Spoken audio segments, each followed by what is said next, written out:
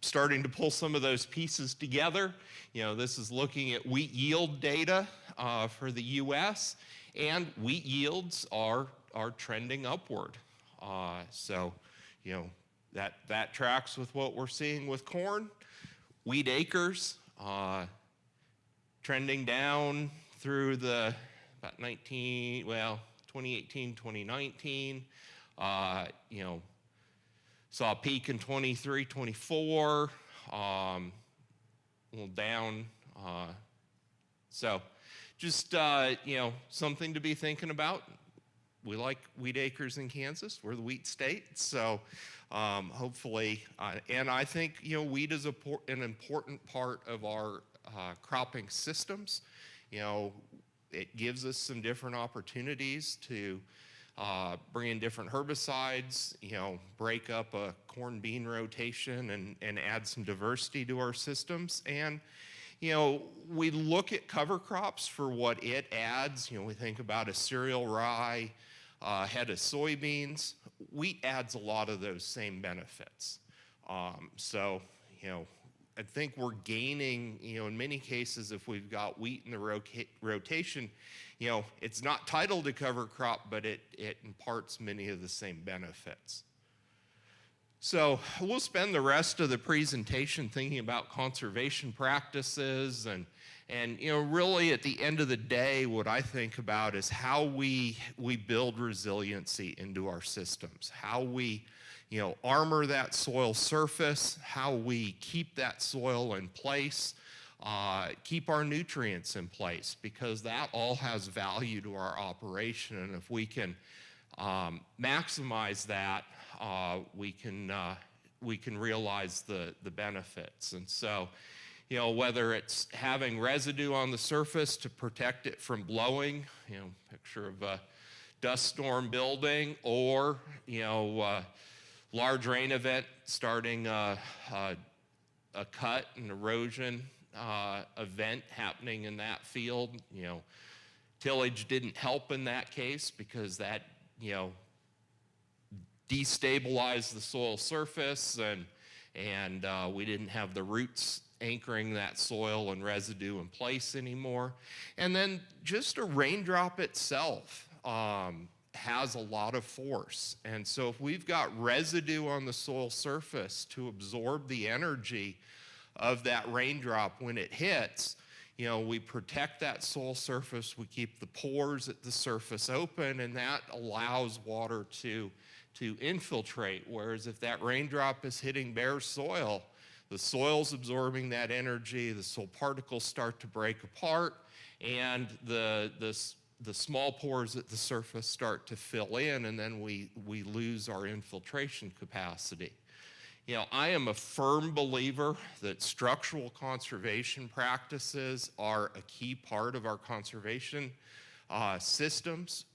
We need terraces. If we're farming, we need to have those structural conservation practices to, control the movement of water across our fields, help to break up that or decrease that slope length and manage the forces of erosion that are always at play. Coupled with that is good residue management, maybe cover crops if there's an opportunity to bring that into your operation. And, all of that working together, leads to improved soil health and the nutrient cycling that goes with that. I'm sure many of you have seen this definition, but, NRCS looks at soil health as the continued capacity of soil to function as a vital living ecosystem and sustain plants, animals, and humans. I think about it a little bit differently. I think about what are the pieces that we have some influence over and what are the fixed properties that we have to adapt to. And so, as we think about our soil ecosystem, we've got those physical and chemical components. Those are primarily driven by the soil. And then we've got a biological component. The intrinsic properties are those fixed properties that are hard we're dealt with what we get. The mineralogy and the texture, we're not going to be able to change those. Those are what we've been handed in that piece of ground, and we've got to figure out, how best to manage that. The dynamic properties, the soil pH, the fertility, we can manage that based on our inputs. Our management decisions impact organic matter, they impact the soil biology, and are responsive to our management. We can see how the decisions that we make impact that soil. And, this just comes together, and, as we think about the principles of soil health, minimizing disturbance, maximizing diversity, maximizing soil cover, and trying to have a living root in the system as much as possible. For a long time, K-State has had a publication out there on the value of BMPs. This was used quite a bit by our watershed restoration and protection strategy groups throughout the 2000s. And I show this today to highlight that, as we look at different conservation practices, certainly our structural practices, vegetative filter strips, contour farming, terraces, they play an important role in reducing suspended solids. Think of that as a measure of your sediment or soil that's leaving your field, as well as the nutrients. And so, when we can bring together those structural practices as well as the management practices, no-till, conservation tillage, we can really realize some positive benefits from improved or incorporating conservation practices into our operations. And I know many of you already have these in place. But, as we think about that transition and going from a system that's got, heavy tillage in it to, conservation tillage or no-till, we can continue to see benefits and additional reductions can be gained. When we redid this publication in 2015 and I'm starting to do the background work to redo it again, we redo these about every 10 to 12 years. 2015, we're pretty short on data for cover crops, particularly in no-till. And so this has launched us into some really, I think, informative research at K-State, and I'll share a few highlights from that as we go on. But stepping back just a little bit and thinking about at the base of all of this, soil carbon. We think about it either as soil carbon or soil organic matter. I'm sure, we all remember it was just a few years ago, it seemed like everybody was getting an email or a knock on their door about this, that, or the other carbon market that was out there. It's been a little quiet in the last few years, but soil carbon is, there are opportunities to monetize it. But it is I think of it as one of those key foundations to understanding, how our management is changing our soils. And so, the cultivation of the prairie, the breaking of the prairie, we lost carbon, and it's now our opportunity to start to rebuild that carbon. And so with that, every time a piece of steel went through that ground, we added air. Air led to oxidation, and carbon was lost as CO2 into the atmosphere. And so this is the classic graph that highlights that. So, looking at about 100-year time frame of agricultural conversion. So you can think 1920s, 1900s, we start to break the prairie, and we see that steady decline with annual tillage. Kind of hit the low point. And then as we've looked at, better conservation practices, bringing, reducing tillage, adding cover crops, we've been able to regain, and there's still opportunities to bring back and build more carbon in our agricultural systems. Will we ever get it back to what that prairie was? Maybe, but it takes a long time, and it's hard. But we can certainly improve many of our soils from where they're at today. What does that mean? Well, it comes into play as we think about, plant available water. We can see increased water storage with increased soil organic carbon. That organic matter, that the carbon, the nitrogen, the sulfur, the phosphorus in organic matter, that we can think about as part of our nutrient bank. And as that organic matter naturally cycles, we get some nutrients that we should be taking into account in our nutrient management programs. And so, as we build soil carbon, we're building that bank of nutrient resources. This is some work that's been done. Eric Adee, our agronomist in charge at Topeka River Valley, his producer board, wanted some work done. There's a fair bit of tillage there in the river valley around Topeka. They had questions about vertical tillage, different tillage intensities, and so Eric started this project, and Deanne Presley and I came in after 10 years. Eric asked us to come in and do some soil assessments, and so what we've got in that graph is starting from the left, we've got no-till, and then the next one was 2 passes in 2 years, and that was 2 passes with a vertical tillage implement. So fairly shallow tillage, not a lot of deep mixing, and not a lot of difference from the no-till.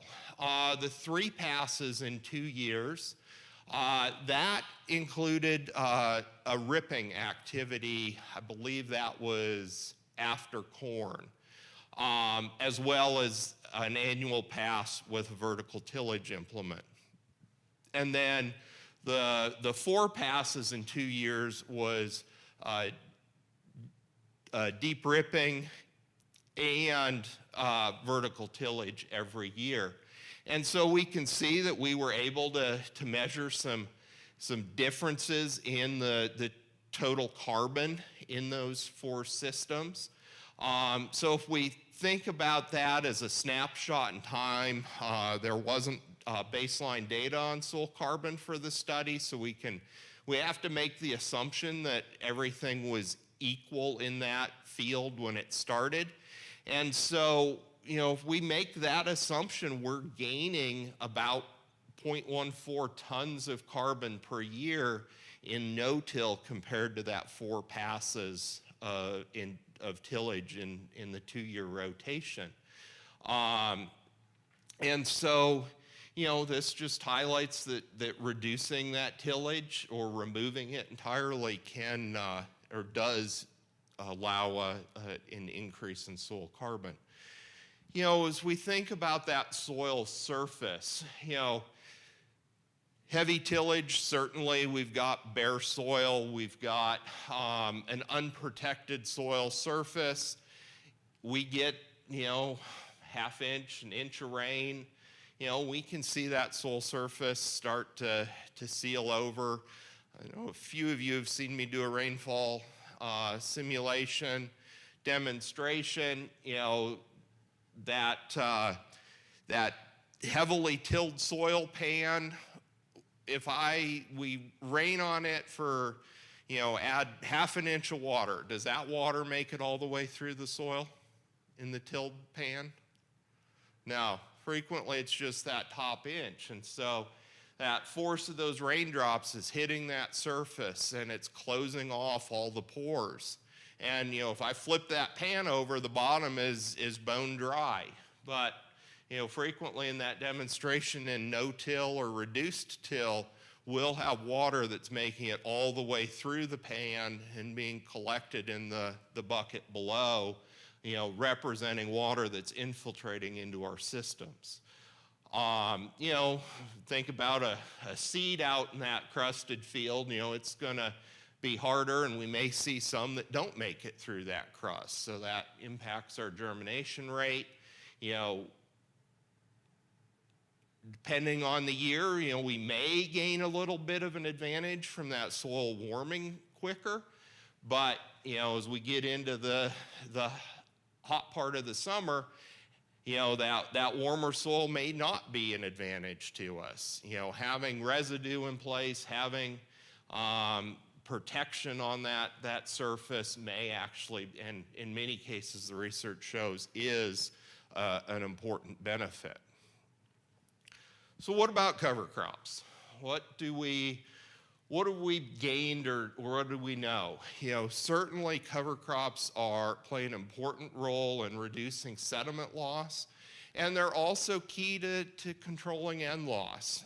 And I know that this part of the state, I've done some programming around Pretty Prairie, and I know we've got nitrate issues.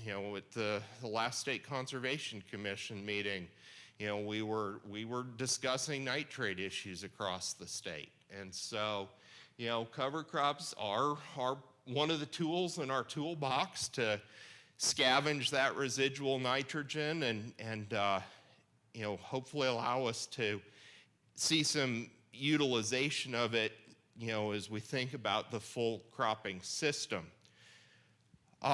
So this is work from our long-term cover crop, or our Kansas Agricultural Watershed Field Laboratory. This was started in 2014 as we were working on that BMP pub. We realized we needed to be able to understand, what are our nutrient losses in a no-till system with and without cover crops. And so Dr. Nathan Nelson took the lead on establishing this site. We've got 18 watersheds in a replicated design, and we've been able to capture really some key information that hadn't been available, certainly not in the Midwest, and I would argue, in the U.S. We've been able to show that with cover crops, in a no-till situation, we're able to gain an additional 60 to 70% reduction in sediment loss. And so, if you think about, 50 to 60% gain going from tillage to no-till, and then, another 60 to 70% reduction, in some cases we're well under a quarter ton of soil loss per acre per year. So, we're keeping our soil in the field where it has the most value and out of our streams, lakes, and reservoirs. We've also been able to learn some important information about, how water moves across the field when we add cover crops. We haven't seen a lot of difference in our total runoff with and without cover crops. We've got, 2019 was a wet year. We did see some reduced runoff with the cover crop in that year. 2020 similarly, but the other years we haven't seen a difference. But what we consistently are able to capture is, so the graph on the far right is what we call a hydrograph. And so that is a picture of the water behavior in a watershed. And so the brown line, one that peaks first, that is no cover crop, and so it's what we'd call a flashy event. That runoff event starts quickly, it peaks rapidly, and it tails off pretty quick. So we're not retaining that water very long in the system.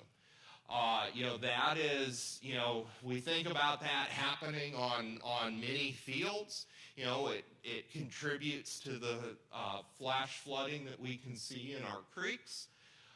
Where we've added cover crops, we've slowed down the start of that event. The peak runoff is lower, about a third, and that runoff event lasts longer. So the water's got more time in the field.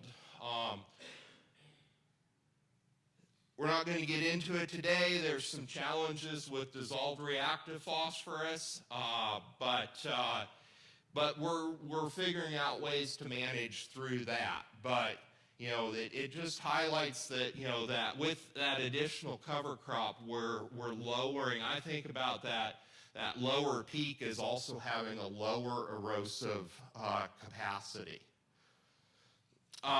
Dr. Craig Rosenboom, who's now retired from the Department of Agronomy and working for Kansas Soybean, started a long-term cover crop study in 2007, and when I started with K-State, had an opportunity to become part of this project team.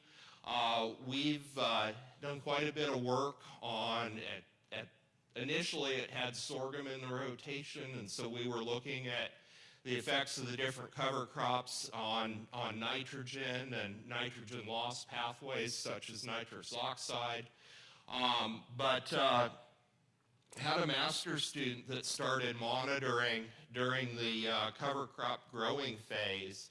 And one of the things that we were able to document, so in the bottom panel of the graph is soil nitrate concentration, and the top line is chem fallow. So we've just controlled for weeds in that after wheat harvest. And so that's residual nitrogen that's sitting in the system after wheat harvest. Where we added double crop soybeans or summer or winter non-legume cover crop, we were able to scavenge that nitrogen, pull it into that cover crop biomass. We never really saw it directly come back out, but we know that it contributed to the overall nutrient pool for the subsequent crops. We also documented that we had lower nitrous oxide emissions because we were reducing that soil nitrate.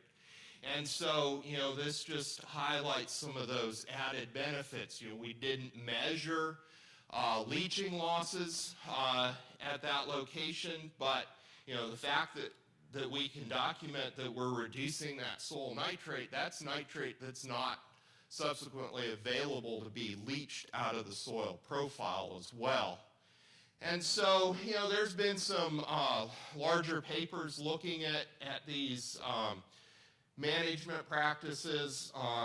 This one just pulls together data on N leaching. If we put all the management practices together, we can see, about more than 40% effect on nitrate leaching. If we look at some of those specific practices, water management can have a really large impact on nitrate leaching. This comes into play in irrigated systems. If we're overwatering, we can be pushing that nitrate out of the soil profile. Fertilizer management certainly plays an important role. Having the right rate, the right time, and we'll talk about those 4 R's here in a minute. Cover crop use and fertilizer technologies all have a positive effect on reducing nitrate leaching. So, as we think about nutrient management, I really like the framework of the 4 R's. This came out in the late 90s, early 2000s. And so it's a framework to think about how we manage nutrients in our agricultural systems. And so those 4 R's are the right source, applied at the right rate, at the right time, in the right place. And so if we put this in a framework for wheat systems, we think about it from a source standpoint, use of anhydrous ammonia near planting. I think in our spring crops, I think that, that can be plays a role. I think we do need to take some caution, and this came up in conversations after the program yesterday. I think we do need to be cautious if we're using anhydrous ahead of wheat, particularly in a really dry year like this. There's some evidence of better than 50% of that anhydrous being lost out of our wheat systems within the day of application. Fertilizer stabilized with nitrification inhibitors, volatilization inhibitors, slow release products, that all factors into, coming up with the right source. As we think about rate, we've got to be able to calculate what is the right rate for our soil productivity. Key to that is going to be soil testing. We've got to know what we've got in the bank to start, and then taking appropriate credits. So if you've had a prior legume, taking a credit for that legume. If you do happen to irrigate your wheat, knowing if you've got nitrates in your irrigation water and taking that into account as part of your nitrogen budget. If you are incorporating manure, giving it an adequate value. I like manure in our systems. I think there's some really positive benefits. I like it from the standpoint of part of my phosphorus program.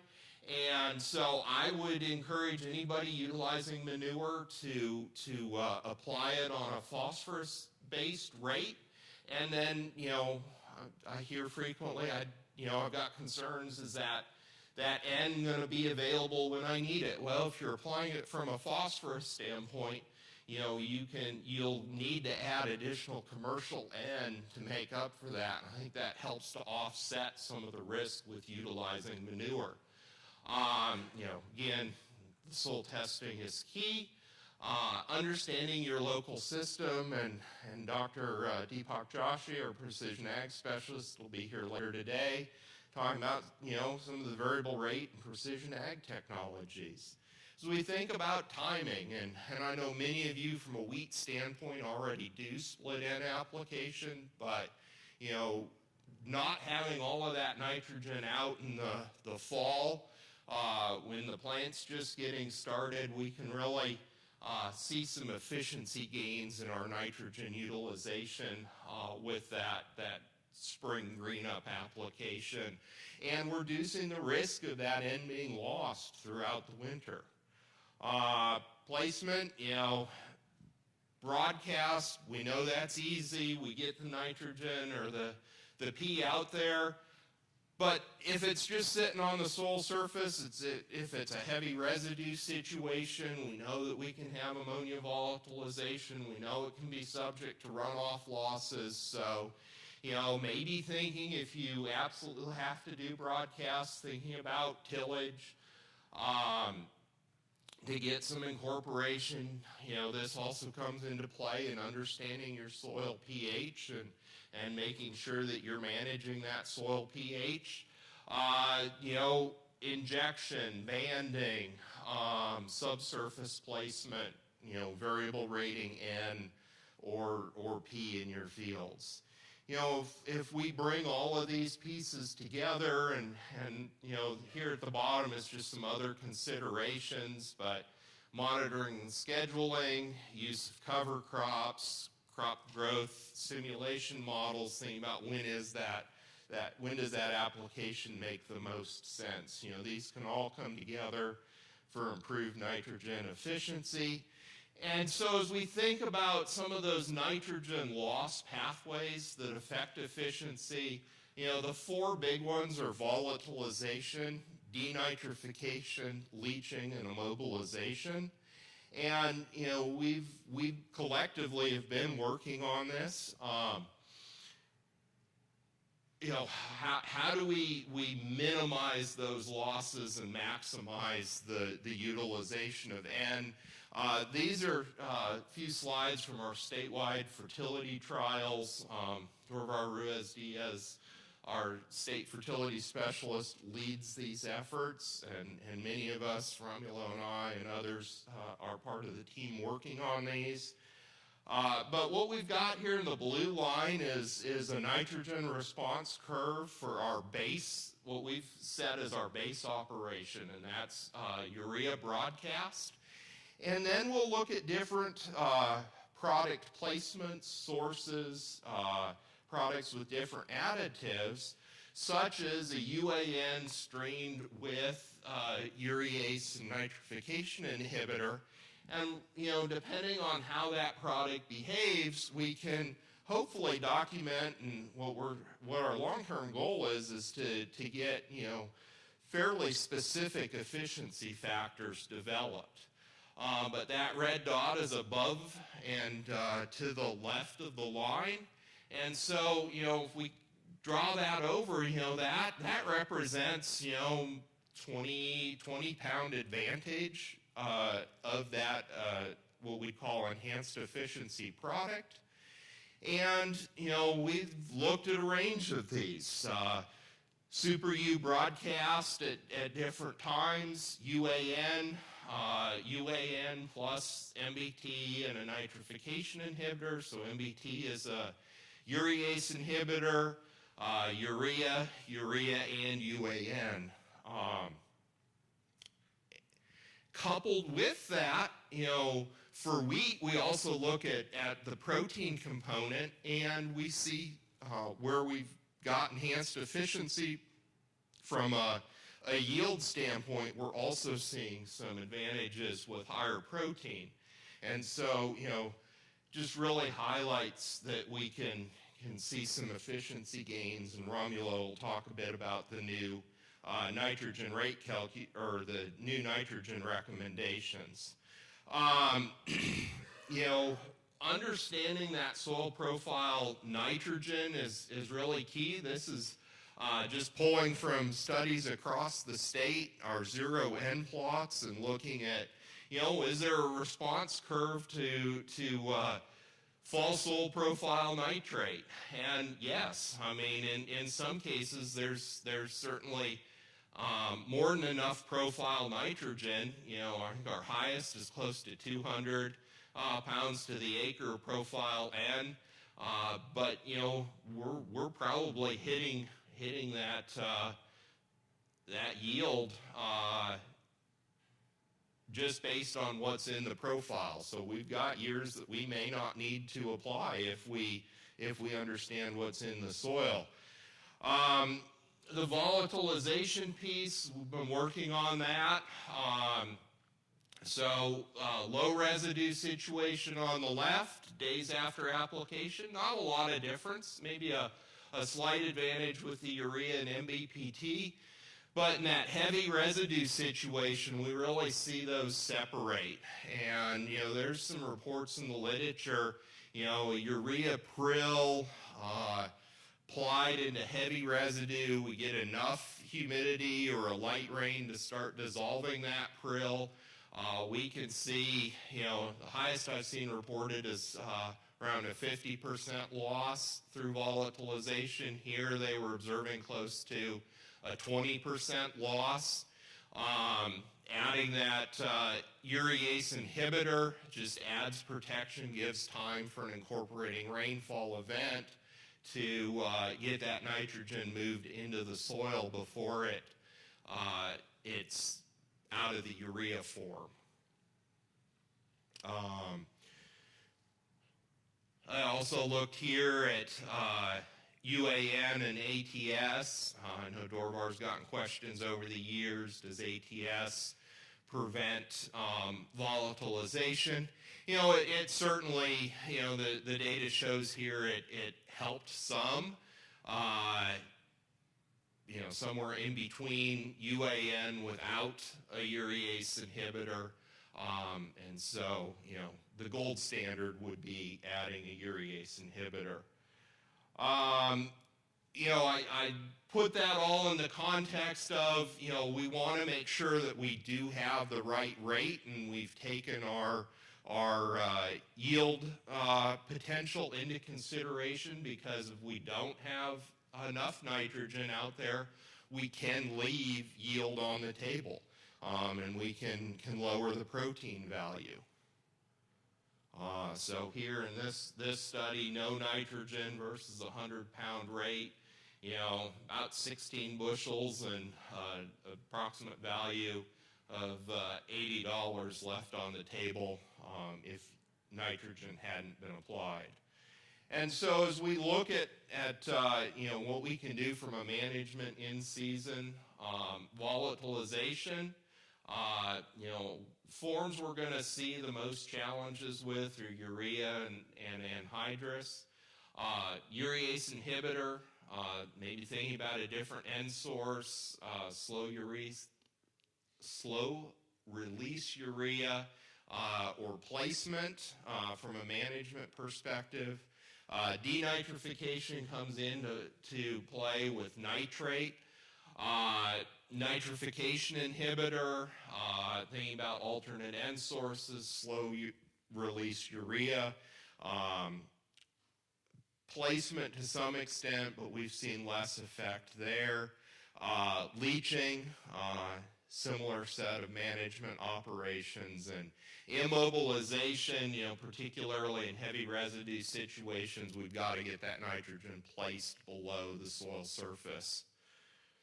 And so if we're bringing this all together and thinking about all of those 4 R's and addressing them, we can really gain for our nutrient stewardship and maximize our production and our value of those fertilizer inputs. I'll just highlight here as well, this is something that's been observed, over the last, 10 to 20 years as we've started to study no-till, long-term no-till systems more. All 3 of these nitrogen products produce a hydrogen ion in their chemical reactions. And so we're adding acidity with these nitrogen products to our soil. And so, as we think about, relative yield in response to soil pH, that near neutral soil pH is really where we want to be to maximize our yield. Once we go start getting into the 5s, even the upper side of the 5s, we're starting to lose some relative yield. Wheat, certainly by the time we're below 5.5, we've lost 20 to 35 of our relative yield. And so, as we think about this and we look at some of the other nutrients here, really our nutrient availability of our major nutrients, NPK, sulfur, is really optimized in that 6.2 to 7.3 range. Phosphorus availability becomes limited once we're below 6.2. And so I know this part of the state has dealt with that quite a bit, and we've got, I've got some work around Mound Ridge, and we've observed pHs as low as 4 or 5 there. That's certainly going to affect, availability of all of the major nutrients. Colleague Brian Arnold at Oklahoma State just recently published a paper. They looked at some of their long-term wheat trials, no-till wheat, and at the highest N rates. So just to set up this graph, we've got soil pH across the, going from right to left, from 4 to about 7. They also looked at extractable aluminum. We won't get into that today. And then decreasing soil depth in each of the panels for the locations. The highest N rate in all of these studies, and as N rate increased in all of these studies, we decreased soil pH. and most pronounced right at the near surface of the soil. In the case of Perkins, at 168 pounds of N, that soil pH was pushed well below 5. And we've seen this in some work here in Kansas as well. We've seen it in our long-term cover crop study. Augustino Bohr, soil scientist at Harries, recently published this work. They looked at conventional till and no-till.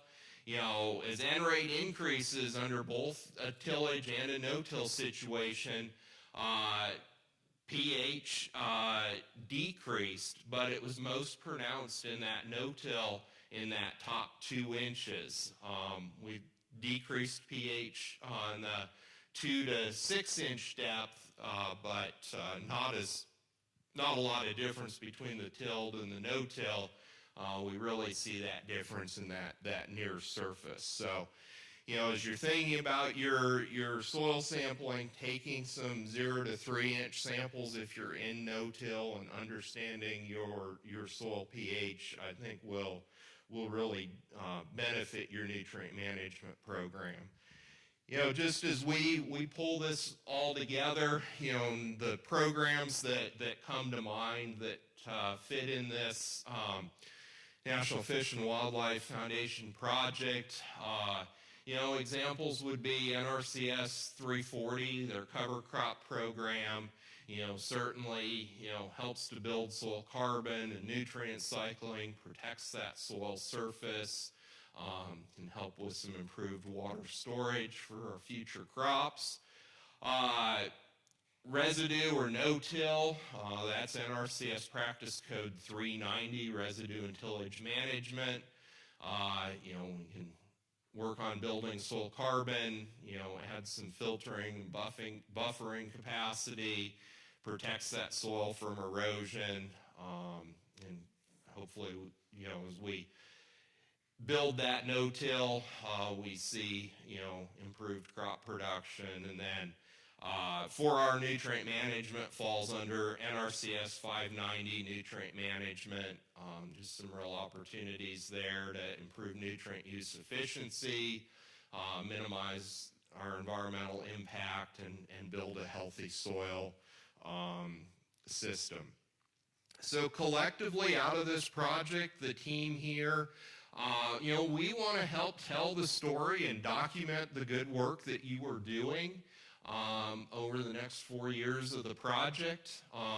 We're here to provide assistance and help you enroll in the conservation programs that are available. And, out of that, hopefully have some key stories and successes to report, on reducing tillage, planting cover crops, and for our nutrient management. So we all look forward to working with you and sharing in your success. So with that, I'm happy to take any questions, and I'll be around through lunch today. So look forward to visiting with you all.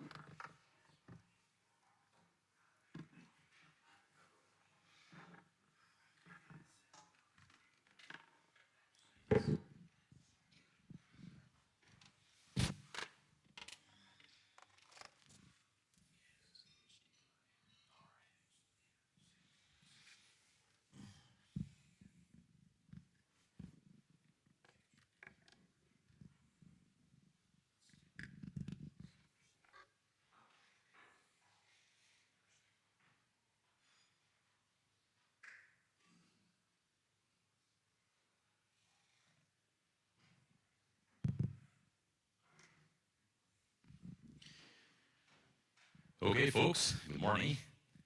Great to be here with you today. The topic that I wanted to call my presentation here today was Make Wheat Profitable Again. Now, no political statement there, but I just thought it was a cool name. And also, I thought it was a challenging one because we're just coming out of such a tough wheat season, right?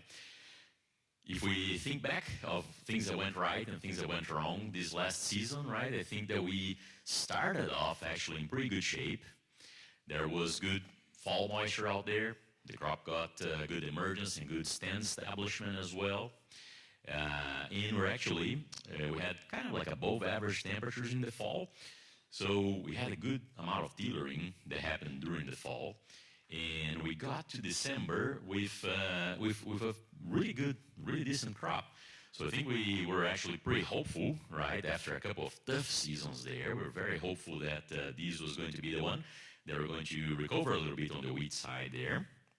Well, but from then is really when things kind of went downhill, right? The winter was just dry and warm.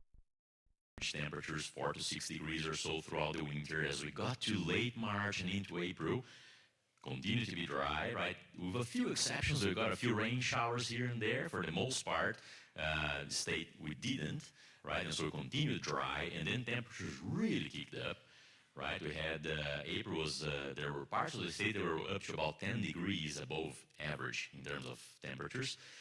So a couple of things that did. So once, for one, we are in a phase or a time of the year when the wheat crop is really increasing its water demand, right? In the spring, really needs more water there as the biomass increases. And, well, there's simply no water there, right? And the temperature also sped up crop development. So things were at one point in time, what were you guys thinking here in the region? How far along were we compared to your normal wheat development, say, mid-May or early May? Ahead, yep, ahead. It really defines it. We're thinking, about 4 weeks ahead of schedule or so, sometime in April there. So the crop was ahead of schedule kind of through that late winter and into spring. And then what happens there is that, well, we have freeze risks, right? We got a freeze in mid to late March. That freeze actually hurt a lot of the crop in north central, northwest Kansas. We saw a lot of biomass just really being peeled back, and a lot of feeders die off from that freezing March. Then we had a freezing mid-April that actually hurt more of the central part of the state. We had a lot of white heads out there, and heads were partially damaged from that freeze that we had in mid-April. And then we had another freeze in early May. Probably didn't get you guys here anymore. The crop was too far ahead by that point in time. But northwest Kansas actually got hurt by that freeze in early May there. So again, we went from a really decent crop to a crop where we now are drought-stressed, freeze-damaged, hail-damaged as well, because whatever moisture came kind of was also with hail, right? So there was quite a bit of hail damage out there. And then when it's time to cut, wouldn't stop raining, right? So kind of everything that could go wrong with this crop seems like it went. And I was just discussing with Aaron here yesterday and today again. 193 million bushels produced in the state, the lowest since 1963, right? It's kind of tough to do any worse than that, right? And so at least the horizon seems good, right? At least we should go up from here, hopefully. But again, a lot of things that just went wrong. And so, we need to be thinking, how can we make more profit out of a crop, right? And of course, the weather conditions are going to dictate a lot of our potential and how much you can actually push. But in the meantime, what are some of the things that we can be thinking about and maybe doing in our farm and trying to make a bit more profit out of there? So I have two major projects that I want to touch base on. That one of them is the one that Aaron just described before, and then Tad here talked a little bit as well as our point person for this project, right, funded through NFWF. And again, this is to help bring more acres to more dollars per acre to you, right? If there are opportunities out there that you can actually enroll your acres and improve your farm in the meantime, right, we want to help you tap into those. I was actually talking to a farmer a couple of years back that when we were actually putting this project together, he was a big supporter of us putting this project because his words were that the year before, he had made more money through these programs in his farm than actually farming. So that's the size of the opportunity that we have out there. We just need to know where to look for and how to get a hold of those, right? And this project is not linked to, NRCS or anything like this. Those opportunities are there. We want to help you tap into them. But also there's a lot of private programs out there. I was in a program that Jeff put together a couple of days ago, and they had a flyer there from a regenerative ag program by ADM that is out there. They were paying up to $20 an acre if you're putting a cover crop, right? And so that money is there. We just need to find and tap into it. And again, with Ted and another person who are just now finalizing the hire, we want to facilitate that for you, right? We want to have those point contact that if you don't know how to sit down and enroll in all of these, we want to have that support, right? So that's one of the projects, and Peter already highlighted a lot of the opportunities there as well.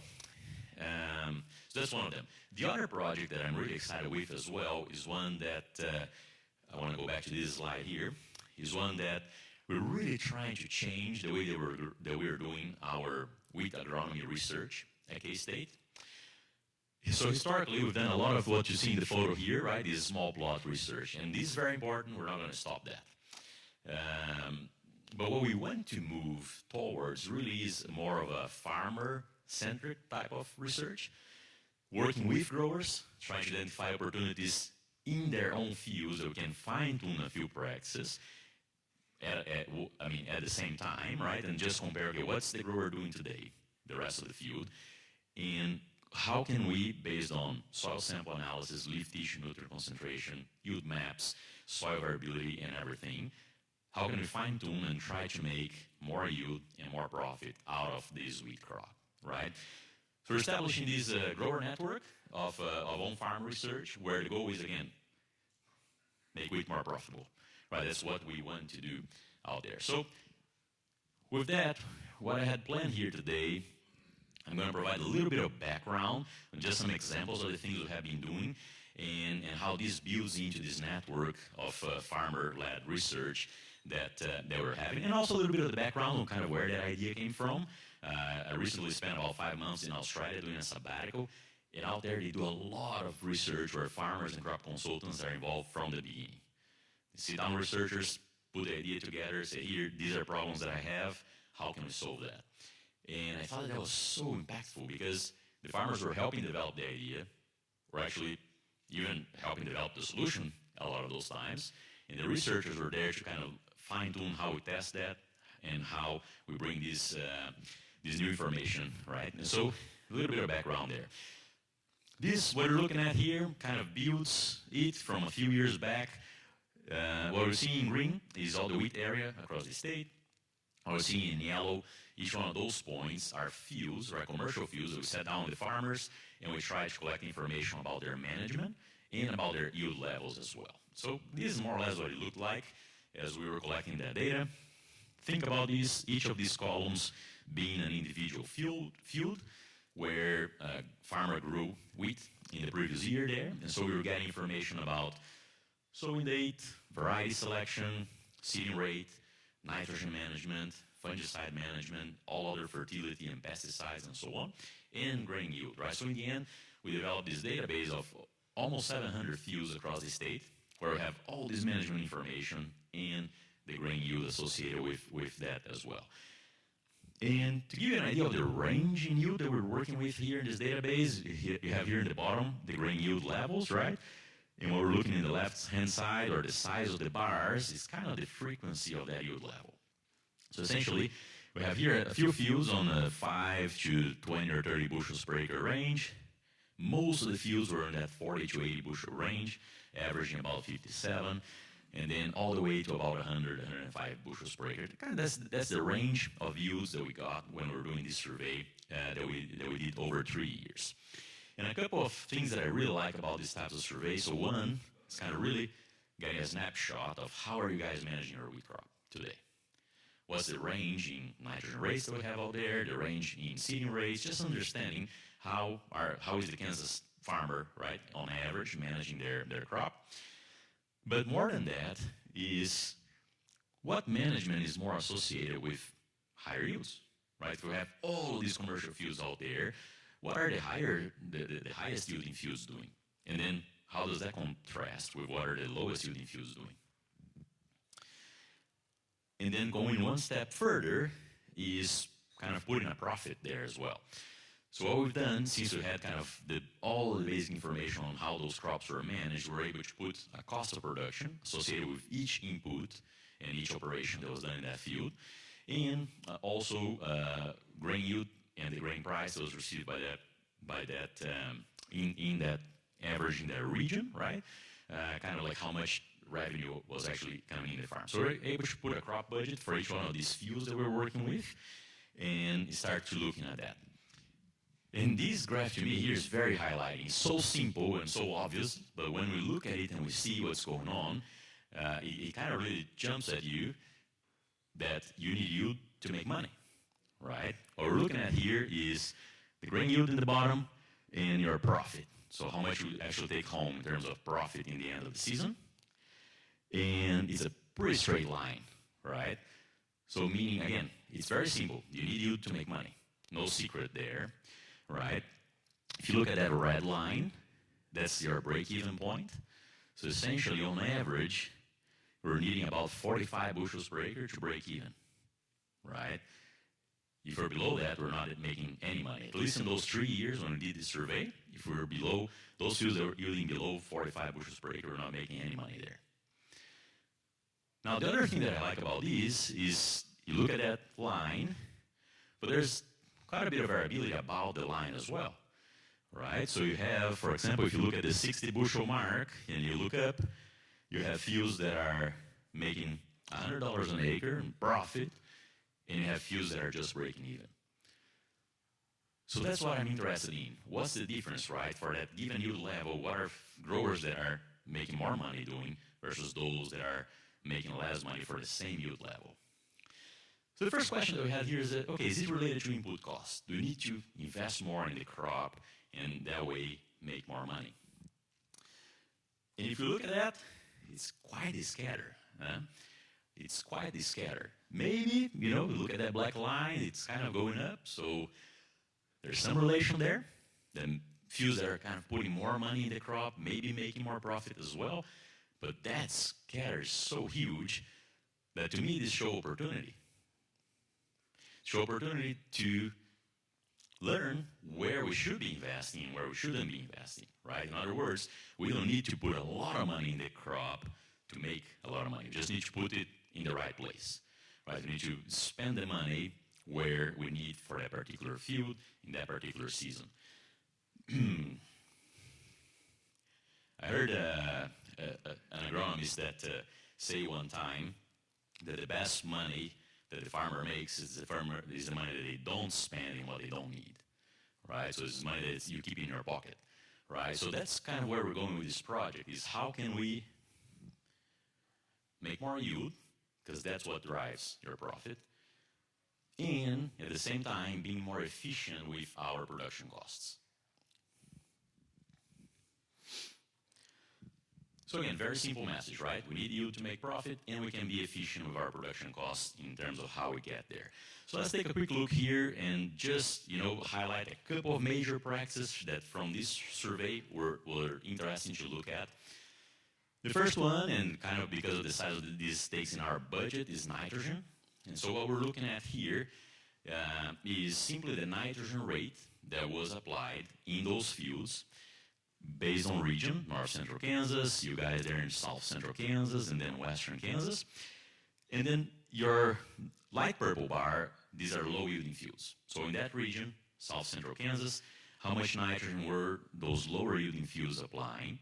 That's on average there about 80, 85 pounds or so. And what are the high yielding fields applying? It was a good difference, about 30 pounds or so more nitrogen being applied on average in high yielding fields than in low yielding fields. Again, this is just based on yield, right? Breaking down by yield and seeing what are higher yielding fields doing, what are lower yielding fields doing. Now, to me what's interesting here as well is then to look at the profit, right? That's what we're all about. So the next question is, if we're putting more nitrogen out, are we making more money, right? And when we look at these, we're kind of putting a third factor there, which is our water availability, because we're in a dry, predominantly dry region, right? The water is dry, it's kind of it all.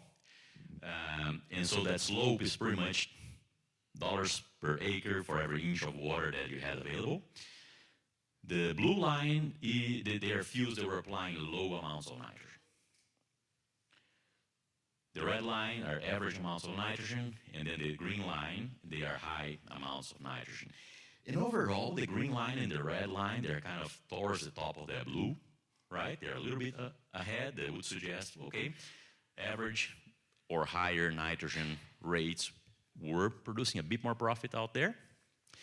But they're fairly close, right? I don't know that this is very convincing to me at this point. So the next factor that we looked at is, okay, if the total amount of nitrogen, it's not really separating as clearly, what about the nitrogen balance in those fields?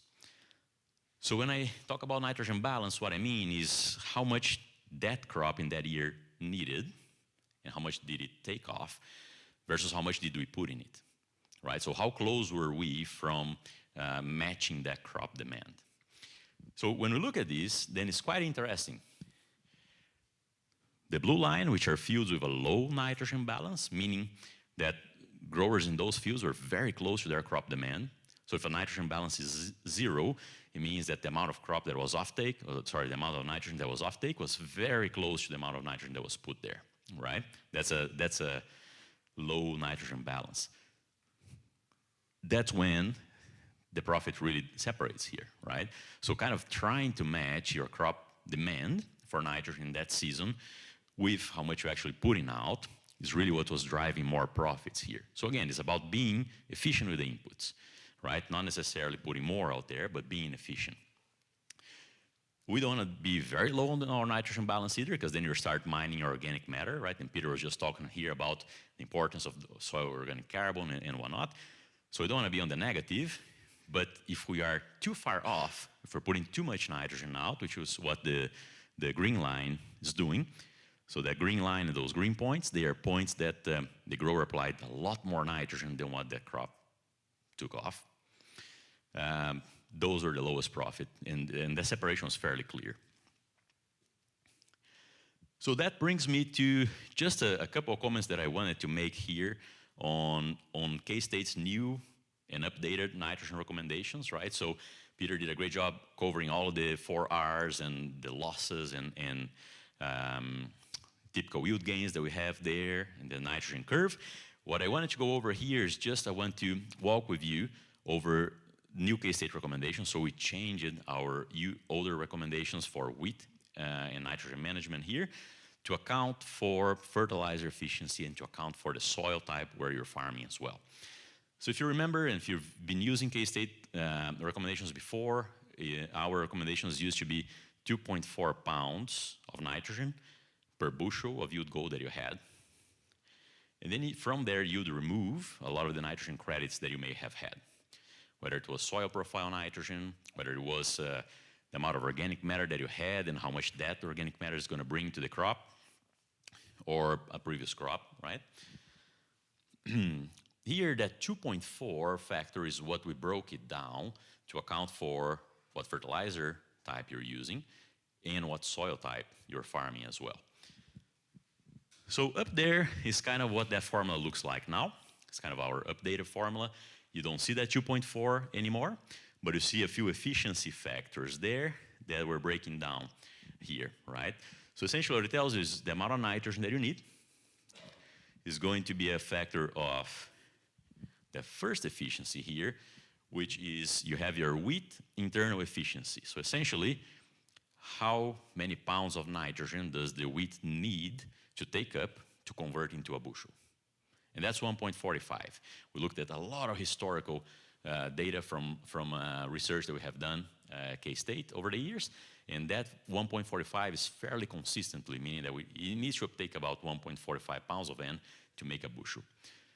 Then we have a fertilizer efficiency, right? So kind of depending on which is your fertilizer source and which is your fertilizer timing, right? That Peter really highlighted, the ones that are more efficient, the ones that are less efficient. we have those two factors, either a 0.65 or a 0.55. Again, kind of depending on your fertilizer source and your fertilizer timing as well. So if you're broadcasting everything in the fall, and it's going to be a lower efficiency than if you're split applying with UAN later in the spring, for example. And then there's a soil efficiency factor as well. Oh, sorry. Then there is a yield goal, right? There's expected yield still there, so that yield goal that you have for that field. And then there's this soil efficiency, right? Which is kind of like if you're in a nice silt loam soil that is not very prone to losses, we don't consider any loss. I mean, you just consider a factor of 1, thinking that there might not be many losses there. Whereas if you're in a higher risk situation, coarse textured soil, or as we move into eastern Kansas, then we need to penalize it a little bit. Now, it can look a little bit complicated, but it's quite simple. So let's just work over one example here, and just to show how it changes over the time, over this last update here. So let's say that we have an expected yield of 60 bushels per acre for that particular field. We're sitting on 40 pounds of N in the profile, right? That's what we had there as sowing. 2% organic matter, no manure, previous crop of wheat, and in a soil that is not very prone to losses, right? If we are doing a fall applied urea, for example, right? What that would give is that 1.45, which is that internal efficiency, so that's not going to change, of the crop. Then we have an efficiency factor of 0.55 to account that that's not a very efficient way to manage your fertilizer. Then we have our yield goal of 60 bushels per acre. We're accounting for that one just accounts for the losses in the soil, which this we're considering is not very large. 40 units of nitrogen available at planting, and then each % of organic matter, we're assuming that's going to release about 10 pounds of N to that wheat crop. Different for summer crops, but to wheat crops, we're assuming it's about 10 units per %. So that comes back with a recommendation of 98 pounds of nitrogen per acre. And if urea, I think that these prices, I mean, they're not, of course, local. I was trying to get some updated prices, but I think you guys are able to get cheaper than these, right? What's a pound of urea? What's your pound of nitrogen costing? 80 cents? Yeah, so 80 cents if you're doing urea is going to be a little bit lower than that, right? But then you can put your cost there and see how it shakes off.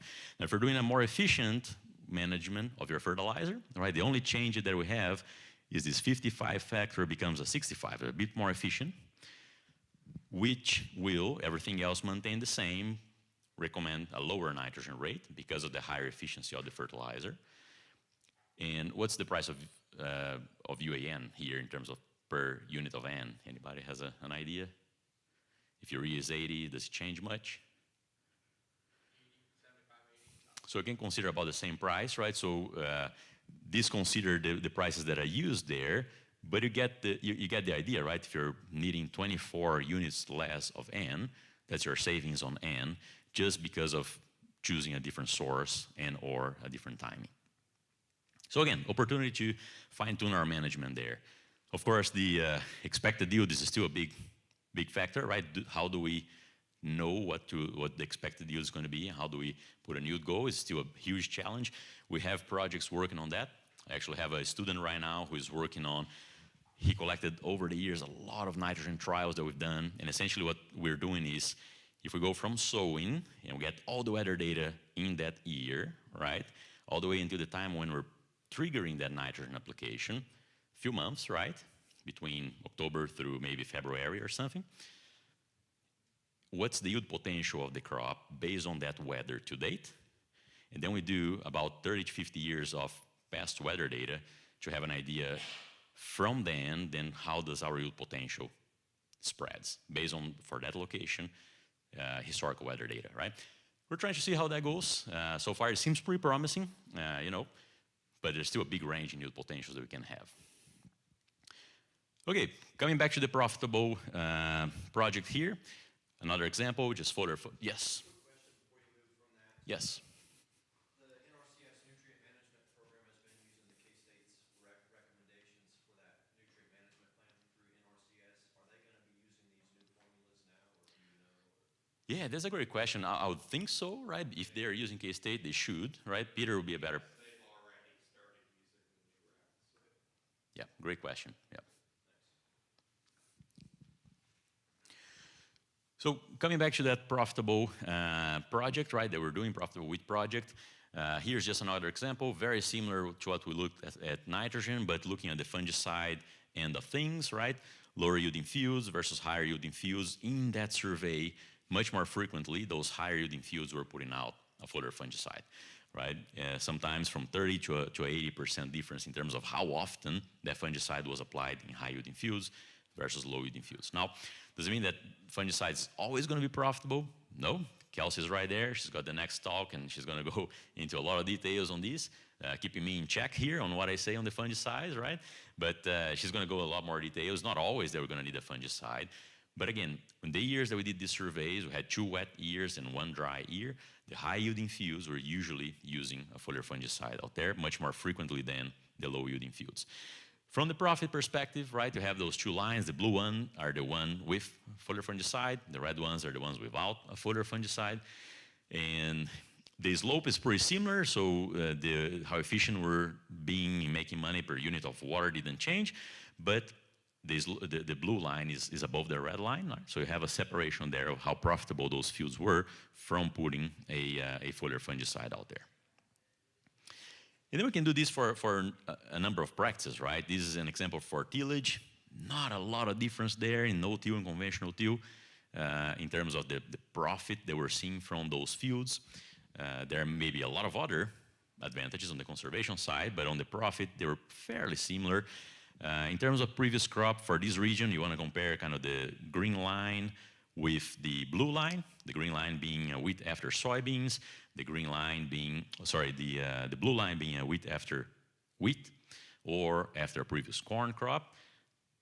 Pretty similar again, so not a lot of spread, maybe the soybean being a bit more lower profit out there.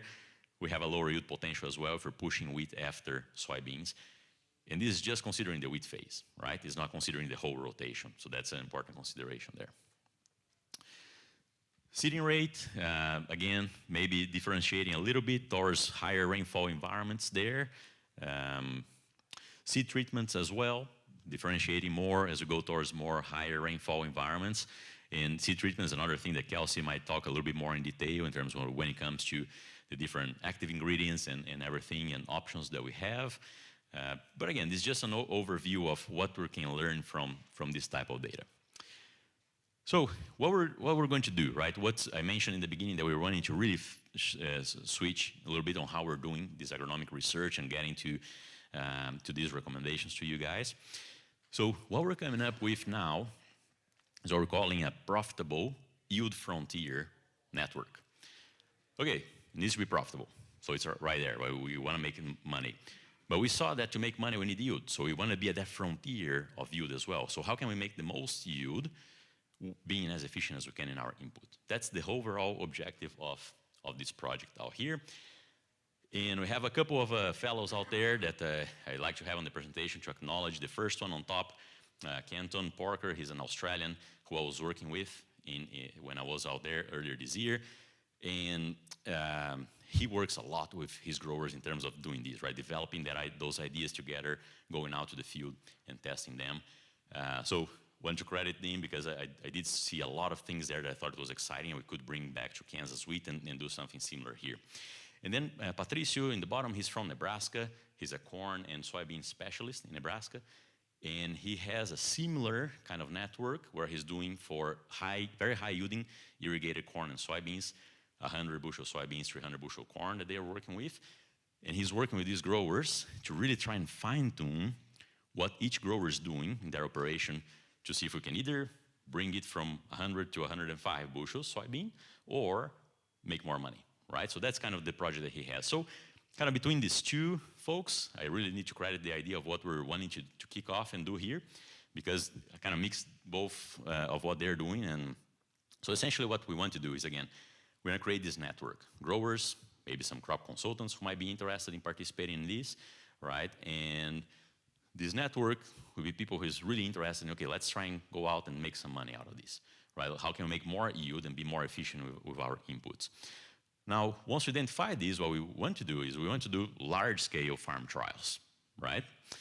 So if you're a grower and you're interested in doing this, what we would do is we would sit down with you, go over your systems. Okay, well, I have wheat after wheat, and I have wheat after soybeans. Those two fields will require different fine-tuning for us to make more money, right? Because of their rotation. So the idea is, okay, well, let's look at your soil test values. Let's look at any yield history that you may have had, and tell me what's your current management on this field, what you're planning to do. And then we will maybe tweak 2 or 3 very simple things that we think we're going to put some numbers in the background, and we're going to say, okay, well, I think if we tweak this, and this, we might be able to bring an extra X dollars per acre, right? But again, it's going to be field specific. So a grower, maybe that we do somewhere in Sedgwick County, might be changing completely different things than a grower that we do in Sumner County, really because it's going to be their own particular field, right? And what we want to do is then circle back with this network on a meeting that's going to be for the network only, where we're going to, again, brainstorm and discuss. So here's what we learned last year, right?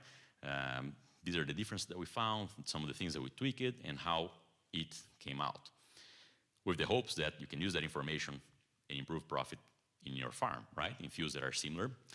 But then more important, bounce ideas back and forth, grower to grower and grower to the researchers involved in this, and say, okay, well, now what do we do next year?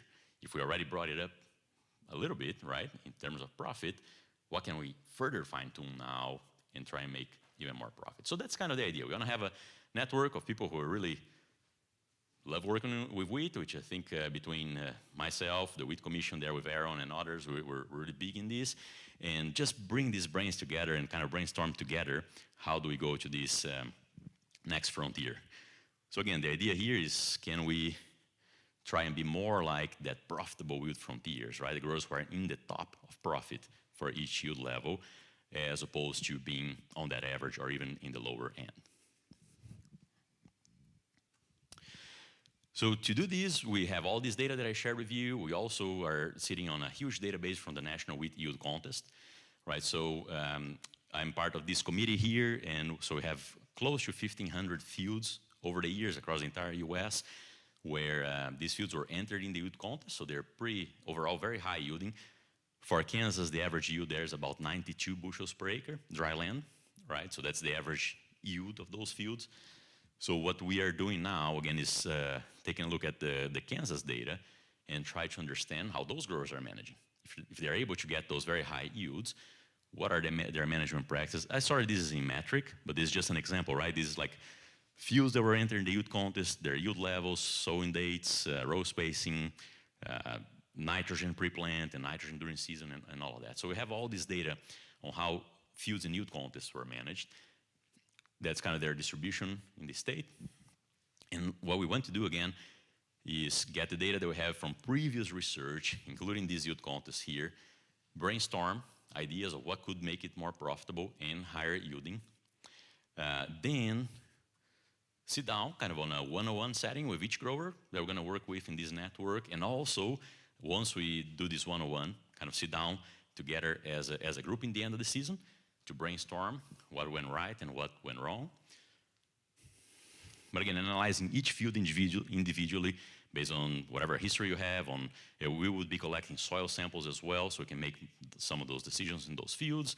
We'll be collecting, hopefully just figuring that out, but water at planting and water at harvest, so we can get a water balance of that field. A lot of things we're trying to collect here. But really more importantly, discuss these opportunities, right? What do you think can make more money here in your farm? What does our data show? And what can we test together, right? It's really what works for the farmer, because we know you guys are all busy, right? And adding one extra thing, it needs to be valuable for you. And it needs to be something that can be done with your equipment and with the resources that you have out there, right? So that's the idea. And then we'll have these meetings every year. Go back, do large-scale on-farm trials, and then come back in this circle, right? We'll have at least a couple of students who will be full-time dedicated to these, who'll be going out and communicating with the farmer. Hey, we're going there today to make some measurements and things like this. Amanda here, she's going to start her master's with us this coming spring, so she's going to be one of the students involved in here. And then 3 or 4 undergrad students, they're going to be part-time involved. But again, the idea is to have this very close one-to-one communication, myself, Kelsey, and others involved in the project, to make those decisions as best as we can and try to make more profit out of that wheat field. So I'm pulling up this QR code here, and what it does, it takes you to a very simple 6-question page online that just pretty much just asks for who you are, and if you're interested in receiving more information about being part of this network, we'll follow up on that. But again, it's very simple, just kind of who you are, where you farm, what's your typical rotation, and then your contact info, right? And what we want to do here is create this network of people who are excited with wheat and that are looking forward to perhaps making more money out of the wheat crop here, working together on this 101, putting these thoughts on how we're going to do this research, and then going out and testing at the field level. We have Deepak here, Deepak Joshi. He's extension precision ag specialist with K-State. And he's also involved in the project, so he's going to talk to us here in a little bit and in all the exciting stuff he's doing with drones and satellites and everything. So again, we want to bring value to you, and that may be from a precision ag perspective as well, right? That's why we're doing these on large-scale plots. So again, folks, if you're interested, just sign up. Now, don't use a scanning app to open this. The other day I was in a meeting and a lady, she was trying to sign up and he was asking for her credit card. I said, I don't want your credit card information, that's not me, right? So she was trying to use a scanning app. So that was just your camera. Just open your camera and it should bring you to the web page. If you have any troubles, just reach out to me and we can help you with that. Very good. So those are kind of a couple projects that are major things that are going on now that we're kicking off and trying to help you guys make more money out of that wheat phase. I'm going to switch gears a little bit here. Aaron, how are we on time? I know that we started a bit later, but... Maybe we should take a break right now. Okay. Okay, that sounds good. That sounds good. Yeah, so let's take a break here, folks. There's still donuts on the back, coffee, water, and so on. And again, if you have any questions here, feel free to reach out. Appreciate your interest there. So thank you.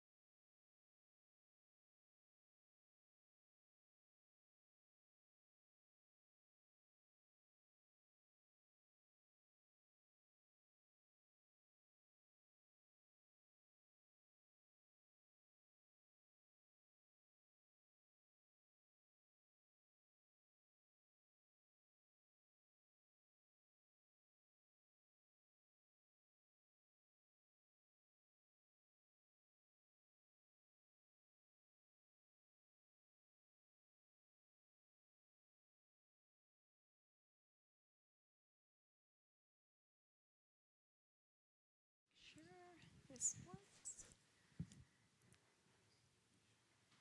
How are we doing? Good?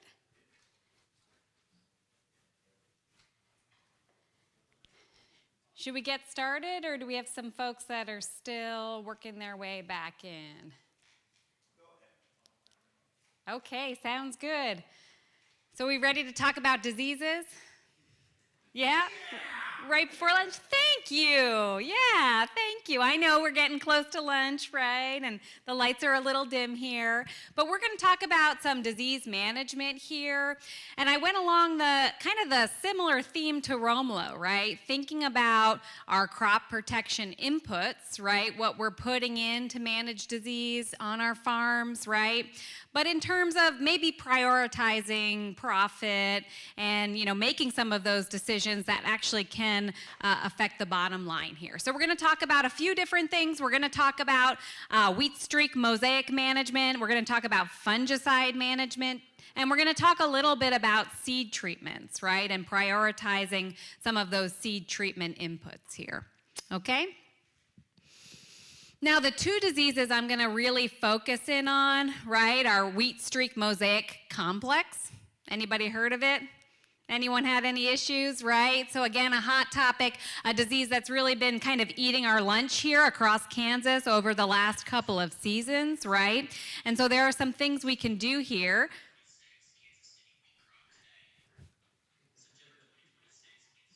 I'm competing with someone in the back here, but yeah, no problem about that. I do that kind of thing all the time. And we're also going to talk about stripe rust, right? So last year we escaped a stripe rust here, right? We were just a little too dry through the spring, but over the last several seasons, right, we've had some years where it's been pretty devastating to our wheat yields here, right? But I really cannot go away from you today without talking about wheat streak mosaic management and giving us some really timely reminders about what we can do, because really most of the things we can do to manage this complex of viruses happen right now.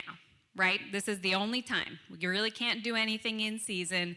We really have to make these decisions during this time of the season, right? So just as a reminder, so this is actually a field that was devastated by wheat streak mosaic in 2025. That's in Norton County, Kansas, right? So you can see that field was pretty toasted, and that was taken by my colleague Lucas Hagg out there. But that represented what about a 10-mile radius looked like in that part of the state, right? Just completely smoked to the ground, right? Didn't head out. And that's really how bad it can get. And we saw that play out across the state in many, many counties in 2025, and we had a pretty bad year again last year in 2026, right? It was a little bit shadowed by the drought, right? So we did get a lot of samples coming through. We saw a lot of fields with wheat streak, but it really was covered up in some cases by, severe drought stress and also a lot of freeze injury, right? So we saw that in the crop last year. So I want to make a couple reminders here that are really important, especially now in 2026, right? So we are dealing with a complex of viruses, right? So we have 3 viruses that are part of that complex, right? Wheat streak mosaic virus, the one that gives it its name. It's probably the most common in this part of the state, right? In this Sedgwick County, central Kansas area. But we also have 2 other viruses, Triticum mosaic virus and High Plains wheat mosaic virus. And together we call them the wheat streak mosaic complex, right? Because they're all moved around by this tiny wheat curl mite here when it feeds. Now, this is important that we have a complex for a couple of reasons. And they're kind of bad reasons, right? It's kind of bad news here with these 3 viruses, right? So the first piece of bad news is that we do have some resistance in our varieties, but most of that resistance is to that top virus, the wheat streak mosaic virus, right? It doesn't work as well for the other 2 viruses. So when we have all 3 in the mix, we don't have great variety tools, right? That's the first piece of bad news. There are some things coming down the pipeline. I'll talk about that here in a moment. The other piece of bad news about these viruses is that they result in synergistic yield loss. So when you have more than one of them together, and this is pretty well documented by our research here at K-State, you get more yield loss than if you had one alone, right? They kind of work together once they're in the plant, and they lower yields, right? Of course, this is the worst case scenario here, but in other infections, you get loss of tillers, you get loss of plant height, right? And you can just get a very severe loss of yield, right? This is the wheat curl mite. So you can see it's a pretty little guy there, right? So it's a tiny cigar-shaped mite. It has two sets of legs on the front of its body. And it's so small, it's almost impossible to see with the naked eye, right? We need some magnification to see the actual wheat curl mites, right? Actually, there you can see the stomata on the plant leaf, right? So that's how small they are. They're very simple.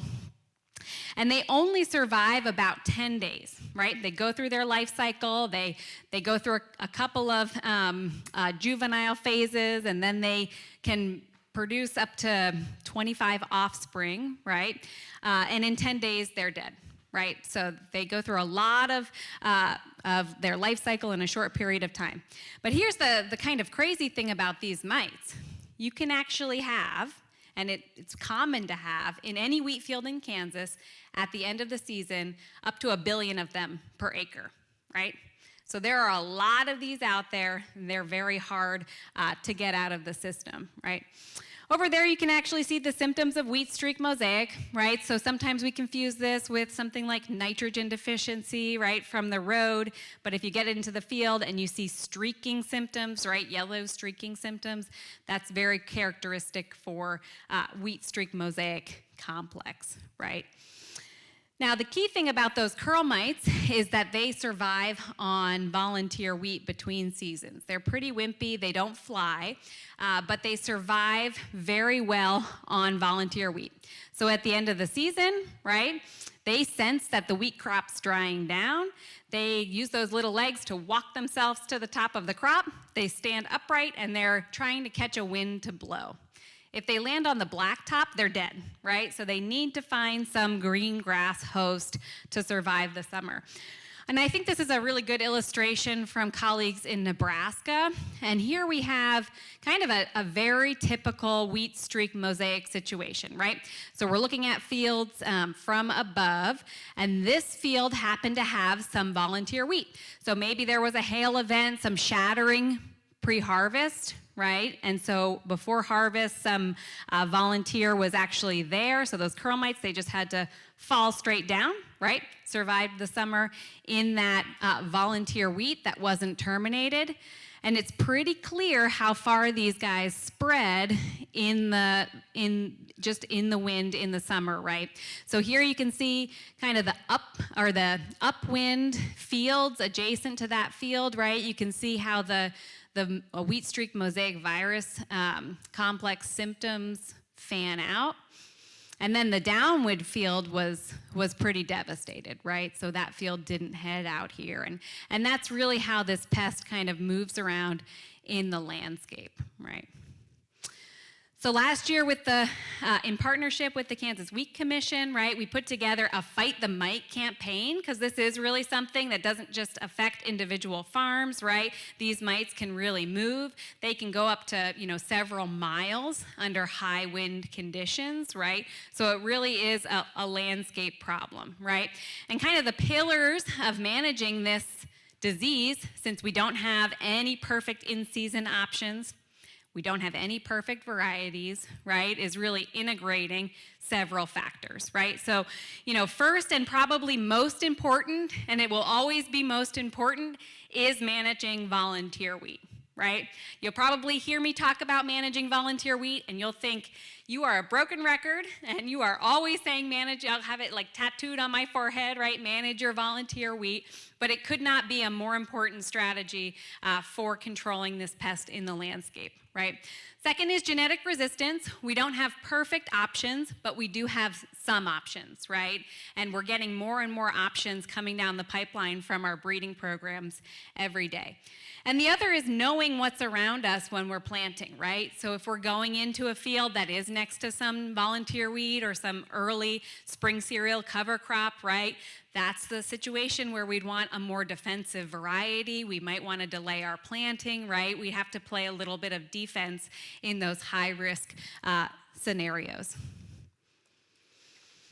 So last year, we changed at K-State our recommendations for volunteer wheat management, right? So up until 2025, the recommendation was make sure all volunteer wheat is dead, completely dead, 2 weeks prior to planting in the fall, right? That was kind of the extent of that recommendation. And we realized in a lot of conversations with you that that was problematic, right? Why? Because that really doesn't account for the planting date of my neighbor. It doesn't account for regional planting dates. So if I go in and I control everything really well before and my neighbor happened to plant earlier than that, right? They're kind of bouncing mites around in the landscape, right?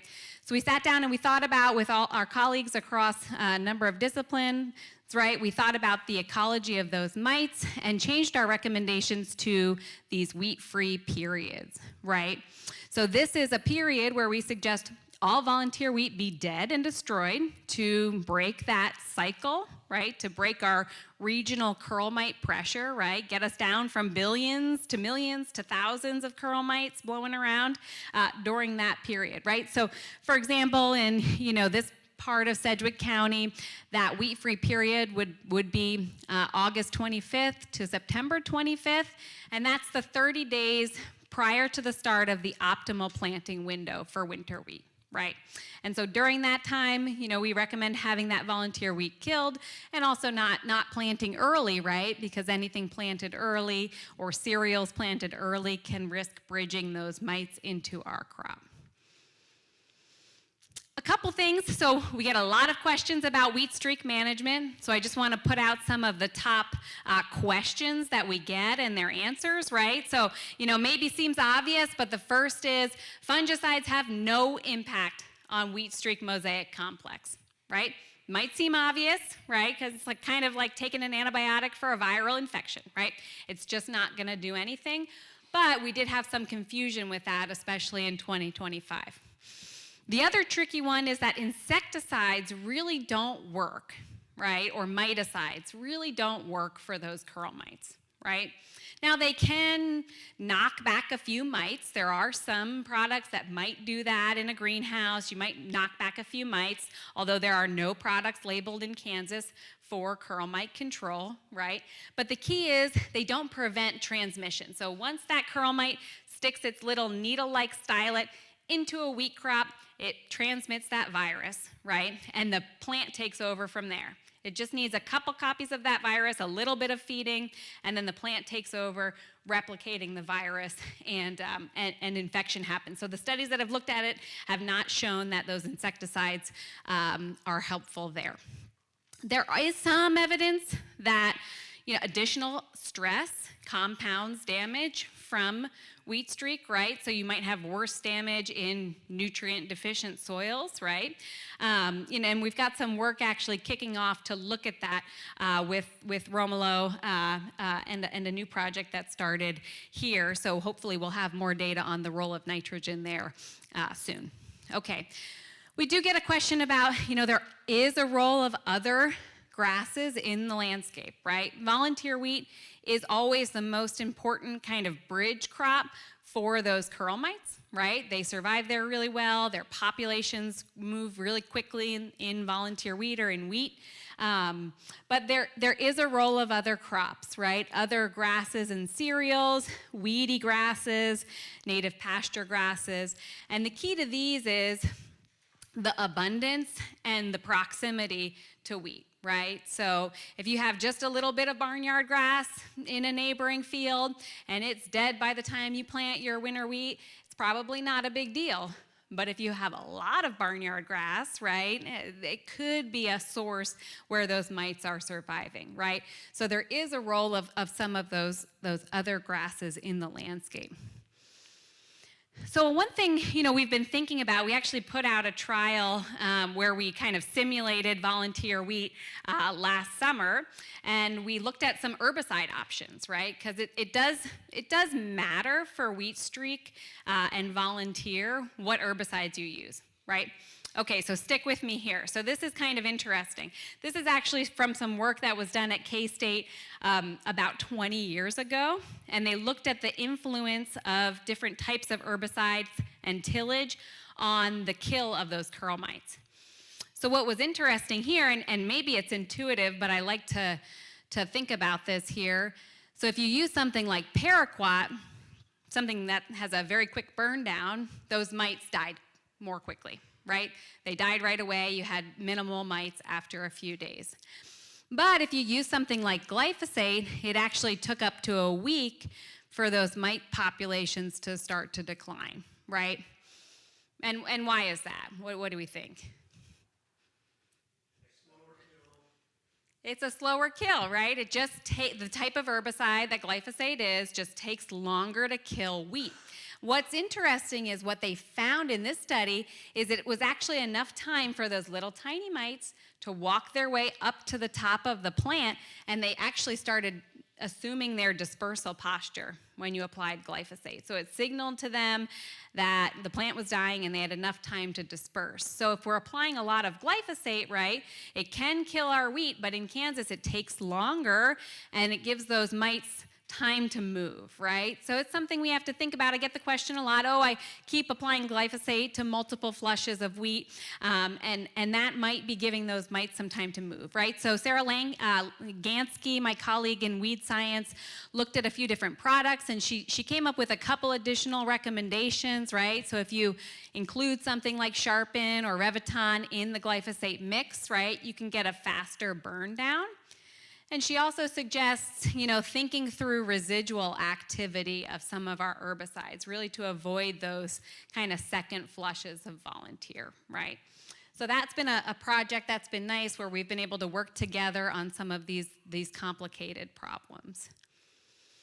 I get the question often about other grasses, right? And so the reality is, to a lesser extent, grass hosts like rye and triticale and barley and oats can host those mites, right, and can host the virus. And what happens with some of these is they're a little bit sneaky, right? So triticale, it hosts the mites, it hosts the virus, but it doesn't look symptomatic. So you can't actually see those streaking symptoms.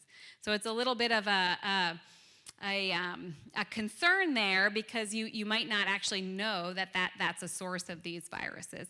And there's a lot of ongoing work, especially in Nebraska, to look at the kind of relative risk of these, and also to come up with resistant triticale, right, that might have better tolerance to the viruses. I get the question about corn a lot, right? So what is the role of corn in the wheat streak complex, right? And again, like everything I've talked about with wheat streak, it's a little bit complicated, right? Unfortunately here. So corn can be a host for the curl mites. It can be a host for the virus, although most of our commercial corn hybrids have a high level of resistance to wheat streak mosaic and high plains wheat mosaic, right? So you usually won't see symptoms. But especially when corn is in the young stages, it can host those little curl mites. They don't like the leaves when the leaves get a little bit bigger, because they can't curl them. That's what mites like to do. They like to curl the leaves. They can't do that with a corn plant. But as you move later into the season, work in Nebraska has shown that those mites, they're actually limited to the husks. So they kind of make their way to your corn husks, and they feed, but they don't really cause any damage there, although they do cause the symptom of what we call kernel red streak. So maybe if you're a corn producer, you've seen, red kernels. That's actually from the feeding, just kind of a little bit of a phytotoxin that those curl mites kick out when they feed on the corn kernels. Usually they're gone, though, by black layer. So if we're planting our winter wheat in a field adjacent to a corn crop and it's past black layer, which usually it would be in this part of Kansas, right? It's probably not bridging wheat streak into our fall wheat crop, right? So again, I get asked the role of corn a lot in these conversations, right? And the answer is it's pretty nuanced, but it's probably not a significant role here in Kansas unless it's very late corn. So we do have a few varieties and more coming every day with some resistance to wheat streak mosaic virus in central Kansas, right? I know there's some folks online. I'm going to focus this a little bit on central Kansas here because we are in Sedgwick County. So we have two varieties that are newer from the Kansas Wheat Alliance here that actually have the WSM2 gene. So that's a gene that provides really excellent protection against the wheat streak mosaic virus. It doesn't necessarily provide great protection against triticum mosaic virus, but when we have those single infections, which are more common here in central Kansas, those varieties will work very well, right? We have some tolerance in some other commercial varieties that we don't know exactly what the gene is, but they've looked strong here in the last couple of years. That would be, one example would be Warbird AX from Lima Grain. That's a coaxium variety. And then a Clearfield variety, actually from Westbred 4445CL. Clearfield has been looking very good. They're not perfect, right? So that's one thing we always have to say. We don't have any perfect resistance to wheat streak here, but you can find those ratings that we put out every year in the Kansas Wheat Variety Guide here, and that's where we have our disease ratings. You'll see a few varieties start to come out with a gene called WSM3. So and there's another one called WSM1. These are great because they provide pretty good resistance against both of those viruses in the complex, wheat streak and triticum, and probably high plains as well. And the newest one with WSM3 is Gabriel. That's from Colorado, from Plains Gold, right? So maybe a little more Western adapted, but that's going to be a great tool as we think through wheat streak management. So we do have a diagnostic lab at K-State. I'll put in a shameless plug here. So we can diagnose these viruses with a laboratory test that we run and several other viruses like barley yellow dwarf. So if you're unsure about what's going on in your field, you can always send your plants in there. And of course, that's for any plant, not just wheat. Okay. So I'm going to move on here to thinking through some crop protection products. Fungicide choices. But are there any questions on the wheat streak piece before I move on? A lot of it, we all have a neighbor that are the problem. How do you control that? Well, I guess a good conversation, might not work in some cases, right? But a good conversation is maybe a...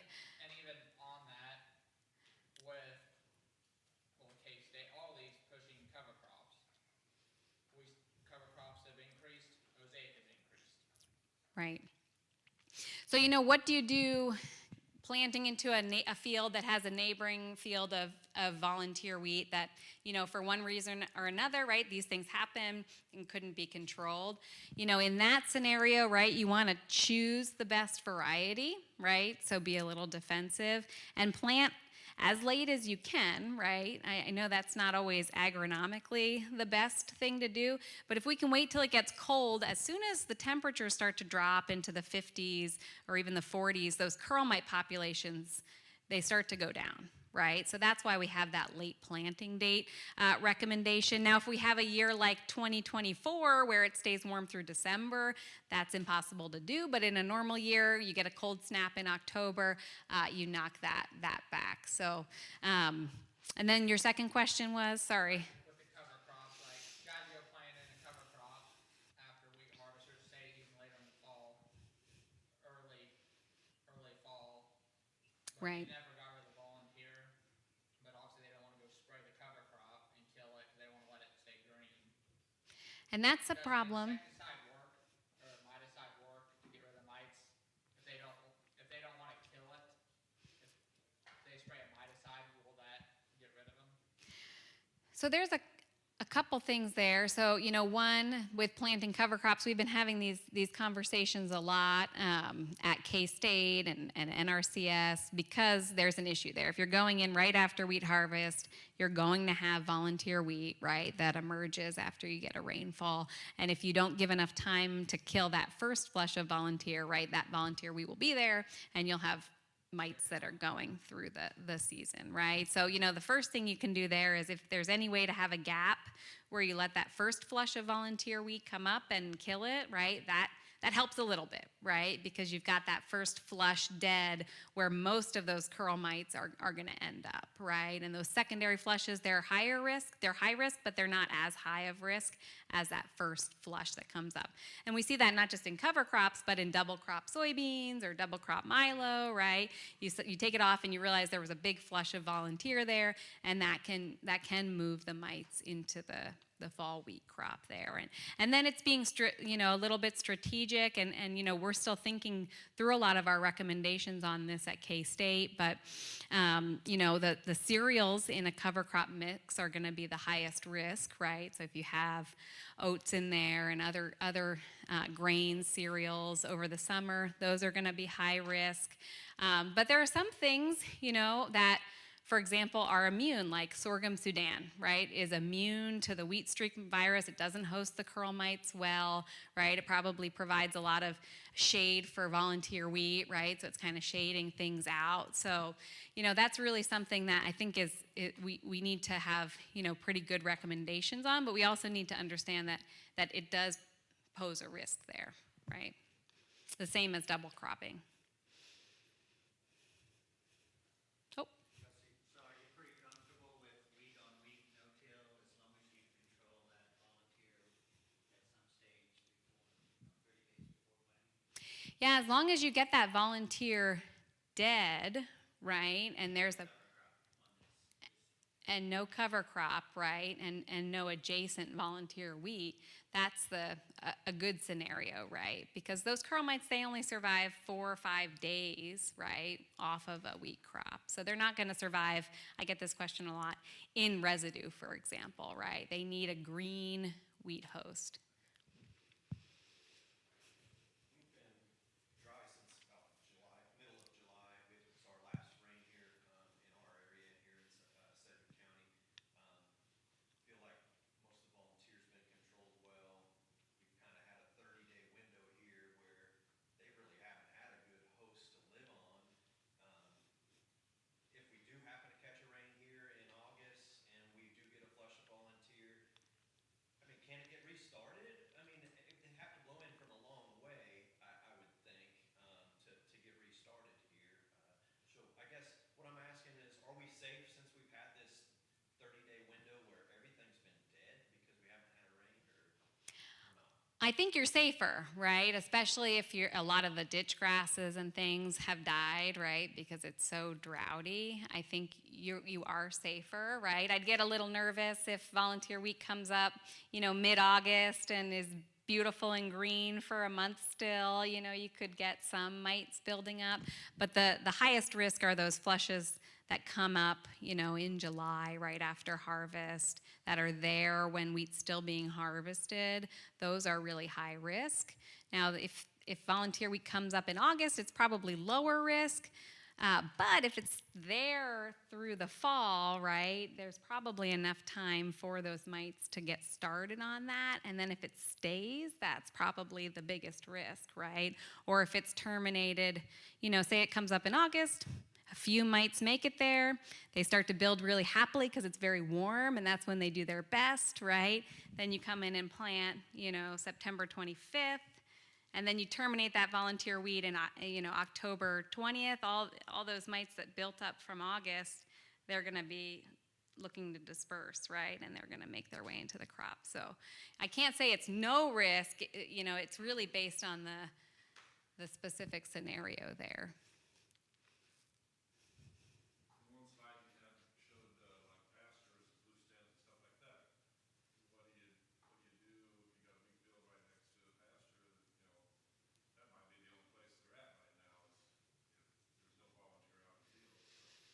Yeah, they can survive on those pasture grasses. What I should have said is they do worse on those, right? So their populations do stay lower, and especially if you have, kind of a lower abundance of those crops in the field, they're going to be there, but they'll probably be at a lower level than, volunteer wheat.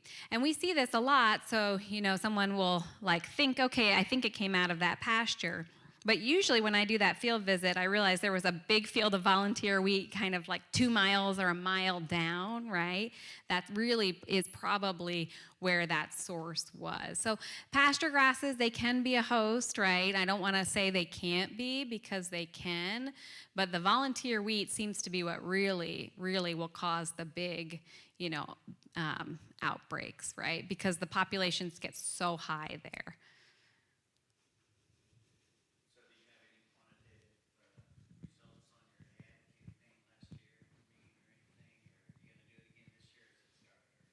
Yeah, so that's a good question. We did do some kind of follow-up surveys and things, because we did last summer a pretty coordinated wheat streak management effort. And my colleague Jeannie Falk-Jones in Western Kansas, she kind of spearheaded some numbers on that we put together. Some of the surveys, and I wish I should have put the numbers here. Sorry, I didn't. I can get them to you. But kind of the best thing that came out of that is, in all of those things we said, are you going to change your management, right? And people said they would. I guess now we really should follow up and say, did you actually, right? And that's one thing that I think is a little bit harder. I don't know, Aaron, do you have any metrics on some of the things the commission pushed out there? We might. I would have to ask Marsha to get our social media stuff, but I'm sure she does. But we kind of made a targeted effort to make sure at each of those events we did, we asked the same questions, right? So are you going to make some changes based on what you heard here, right? Did you learn anything here? We kind of collected all of that, and we put all those numbers together. And actually, a lot of that is summarized in a kind of a K-State level report, right, in terms of the numbers of peoples that we actually reached in that campaign, and also their kind of documented change in what they said they would manage, and I'm happy to share that.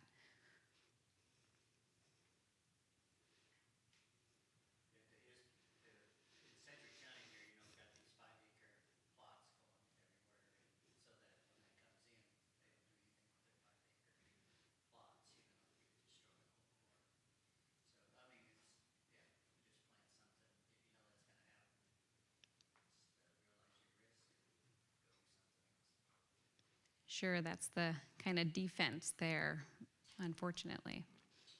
And there are some great varieties too coming down the pipeline, so that is a kind of a priority of, I think, all the regional breeding programs, to really have the wheat streak resistance, and not just for Western Kansas where it's been more common, but now we're seeing this much more commonly in Central Kansas. So I think most of the varieties coming out of K-State will have some resistance for Central Kansas at least.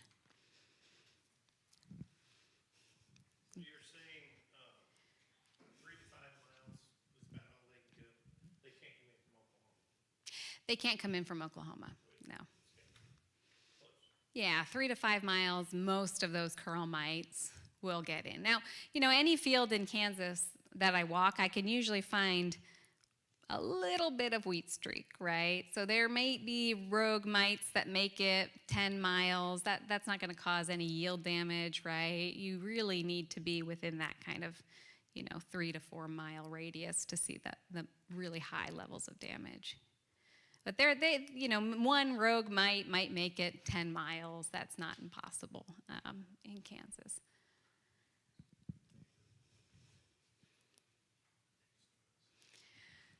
So I'm going to switch gears to talk about stripe rust, right? Again, we lucked out last year. We didn't have a big stripe rust outbreak, but if we look back to 2024, we did have some pretty serious levels of rust that came in from the state, right? So, and then especially if we're thinking about kind of the value of crop protection, Romulo talked about fungicides, but I really want to highlight something that might seem obvious, but I think is so important, right? Your variety choice, especially for rust management, is the thing that's going to do the heaviest lifting, right? We don't have, we have varieties that have stripe rust resistance. We don't have a lot of them, right? So if we don't have a variety with resistance, we really need to think about a fungicide choice, and I'll talk about a couple of the considerations there. And I'm also going to talk through our seed treatment choices, right? Especially as we're coming into planting here. But I want to talk to you about Rossville, Kansas, right? What's going on in Rossville, Kansas? Why are you talking to me about Rossville, Kansas, right? So actually, this is the location where every year my program runs fungicide nursery, right? So we look at stripe rust specifically, and what's nice here is we actually get the disease going ourselves, right? So we inoculate it. We have disease that goes through the season. So I have a program here, and I run around the state. We haul little tiny combine and a little tiny drill around the state, and we spray with a little tiny sprayer, right? And we test a lot of different products and things across the state. But Rossville's special because we get stripe rust going there, and we test all sorts of things. We have a few acres where we test fungicide efficacy, fungicide timing, product choices, application technology, seed treatments, and we work with companies here to test products that are just commercial or pre-commercial, right? And that's where a lot of those, you might see on a technical sheet, tested in Kansas by a university, right? And that might happen here, right? And so that's a really valuable place where we can get some data back to you. And I want to talk about a couple of trials that we just harvested that are fresh off the combine from this year here. But I want to remind us first that stripe rust can really eat our yield, right? And I get this question a lot, I had a little bit out up on my flag leaves, and it really can start to tick away at our yield. So, we see this across data, but for every 1% increase in how bad it is on our flag leaves, on our upper flag leaves, we start to see a 0.3-ish bushel per acre decrease in yield, right? And why does that? So stripe rust, it's living up on the top of our flag leaf. It's causing a lot of water loss because it breaks open the epidermis of our flag leaf.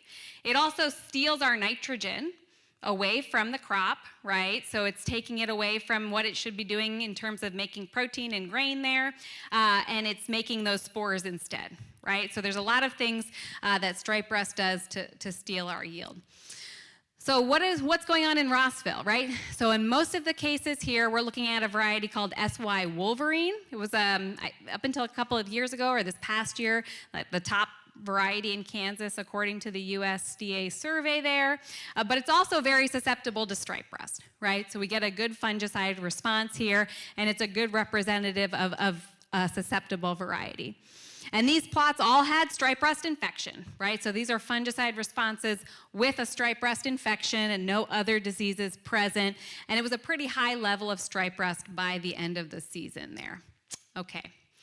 So one thing that we do, and actually we coordinate this here at K-State, but we work on a fungicide efficacy table for wheat for the U.S., right?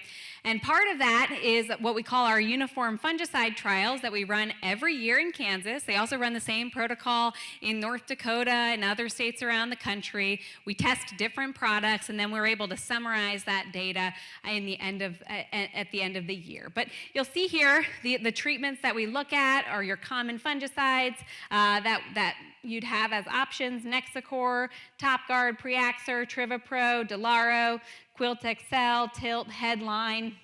Some of those are just branded products, and some have generic equivalents, right, that would work just as well. Okay, so here's just a summary of what it looked like here in 2026, again, fresh off the combine from Rossville. And this is a response that we see pretty commonly. So, I think it highlights the importance of stripe rust. So in our controls, that was no fungicide treatment. Our average was 42.8 bushels per acre. And in our across our treated plots, right, we were at 55 bushels an acre, right? So again, that's about a 12 bushel per acre difference of spraying that fungicide or not, right? So when we have stripe rust and we have a susceptible variety, it really pays to make that fungicide application. And these were all made at flag leaf. And this just illustrates how disease progressed over time in this particular location. So here we're looking at May 1st, which was that heading time frame through our kind of soft dough stages here towards the end of the season. And you can see this is the untreated, right? So disease progresses pretty quickly, and it started to pick up just towards the end here in our treated plots. So if we look at, this is final mean severity in that location, right? So how severe it was on the flag leaf. So 50% means 50% of the flag leaf was covered at the end of the trial, right? You can see our non-treated was around 50% there. And one thing you'll notice here is that, all the fungicides worked pretty well, right? We don't see dramatic differences between fungicides, so getting those on was important, but we do see some minor differences. And one thing I always like to point out here is that, actually a product like Quilt XL or even generic tebuconazole here, this would be a Folicure equivalent, they work great for stripe rust control, right? And we see that pretty consistently in our trials. So again, you can get minor differences between products, but if you're kind of thinking about prioritizing inputs, those products, they do work very well. And here are our yield results. Again, you see that kind of 42 bushel an acre average in our non-treated, up to the average of 55 bushels per acre across our products. And we go from Tebustar, Trivapro, Headline, Quilt XL, Top Guard, Nexacor, Preaxor, Delaro, and Tilt and Adastrio across the bottom there.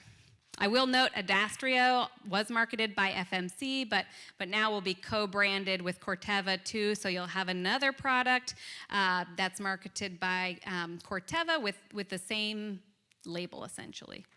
Just something to keep in mind. So, I talked about the value of resistance here, and I want to highlight that. In this trial, we call this our integrated management trial. So how well does it work when we integrate our variety choice with our fungicide application, right? And I think this illustrates that point pretty well. So here we've got our final severity, so how bad the disease was, right, on those flag leaves. And we've got Wolverine that was fungicide treated and non-treated, right? So here's the effect of the fungicide, kind of grouped all of our fungicides together here. You can see a pretty big difference. But here we looked at the variety double stop, which we consider having pretty good resistance to stripe rust. We rated a 3 out of 9, with 1 being the best and 9 being the worst. So this is a pretty good, anyone had any double stop around here? I'm sure, right? So it's a variety that has held on with some pretty good stripe rust resistance. So again, you can see the difference here, non-treated versus fungicide treated. We do get a little bit of a benefit there from the fungicide treatment. And we see this in the yield. So for Wolverine, from non-treated to fungicide treated, there was about a 12 bushel an acre difference, right? So a pretty big swing there. And that benefit decreased here to 3.8 bushels per acre between the non-treated double stop, right, and the fungicide treated. So one thing that this shows to me initially is the variety is doing a really good job doing most of the heavy lifting there, and we get another smaller additive benefit from that fungicide application there. So if we have to choose something, it's good to choose the variety, because you can't get the timing wrong on a variety, right? You can't, have the plane not come or be a week late, right? Putting that kind of resistance into the ground in the fall is always a good option, right?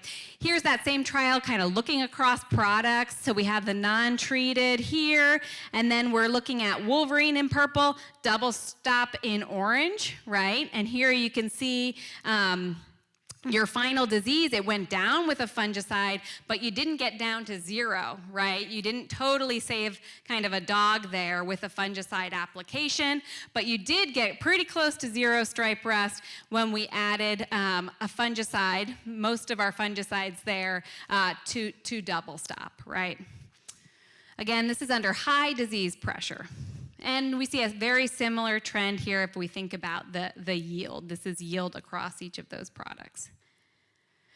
I want to talk about another project very quickly, and I might go very quickly. How are we doing on time here, Aaron?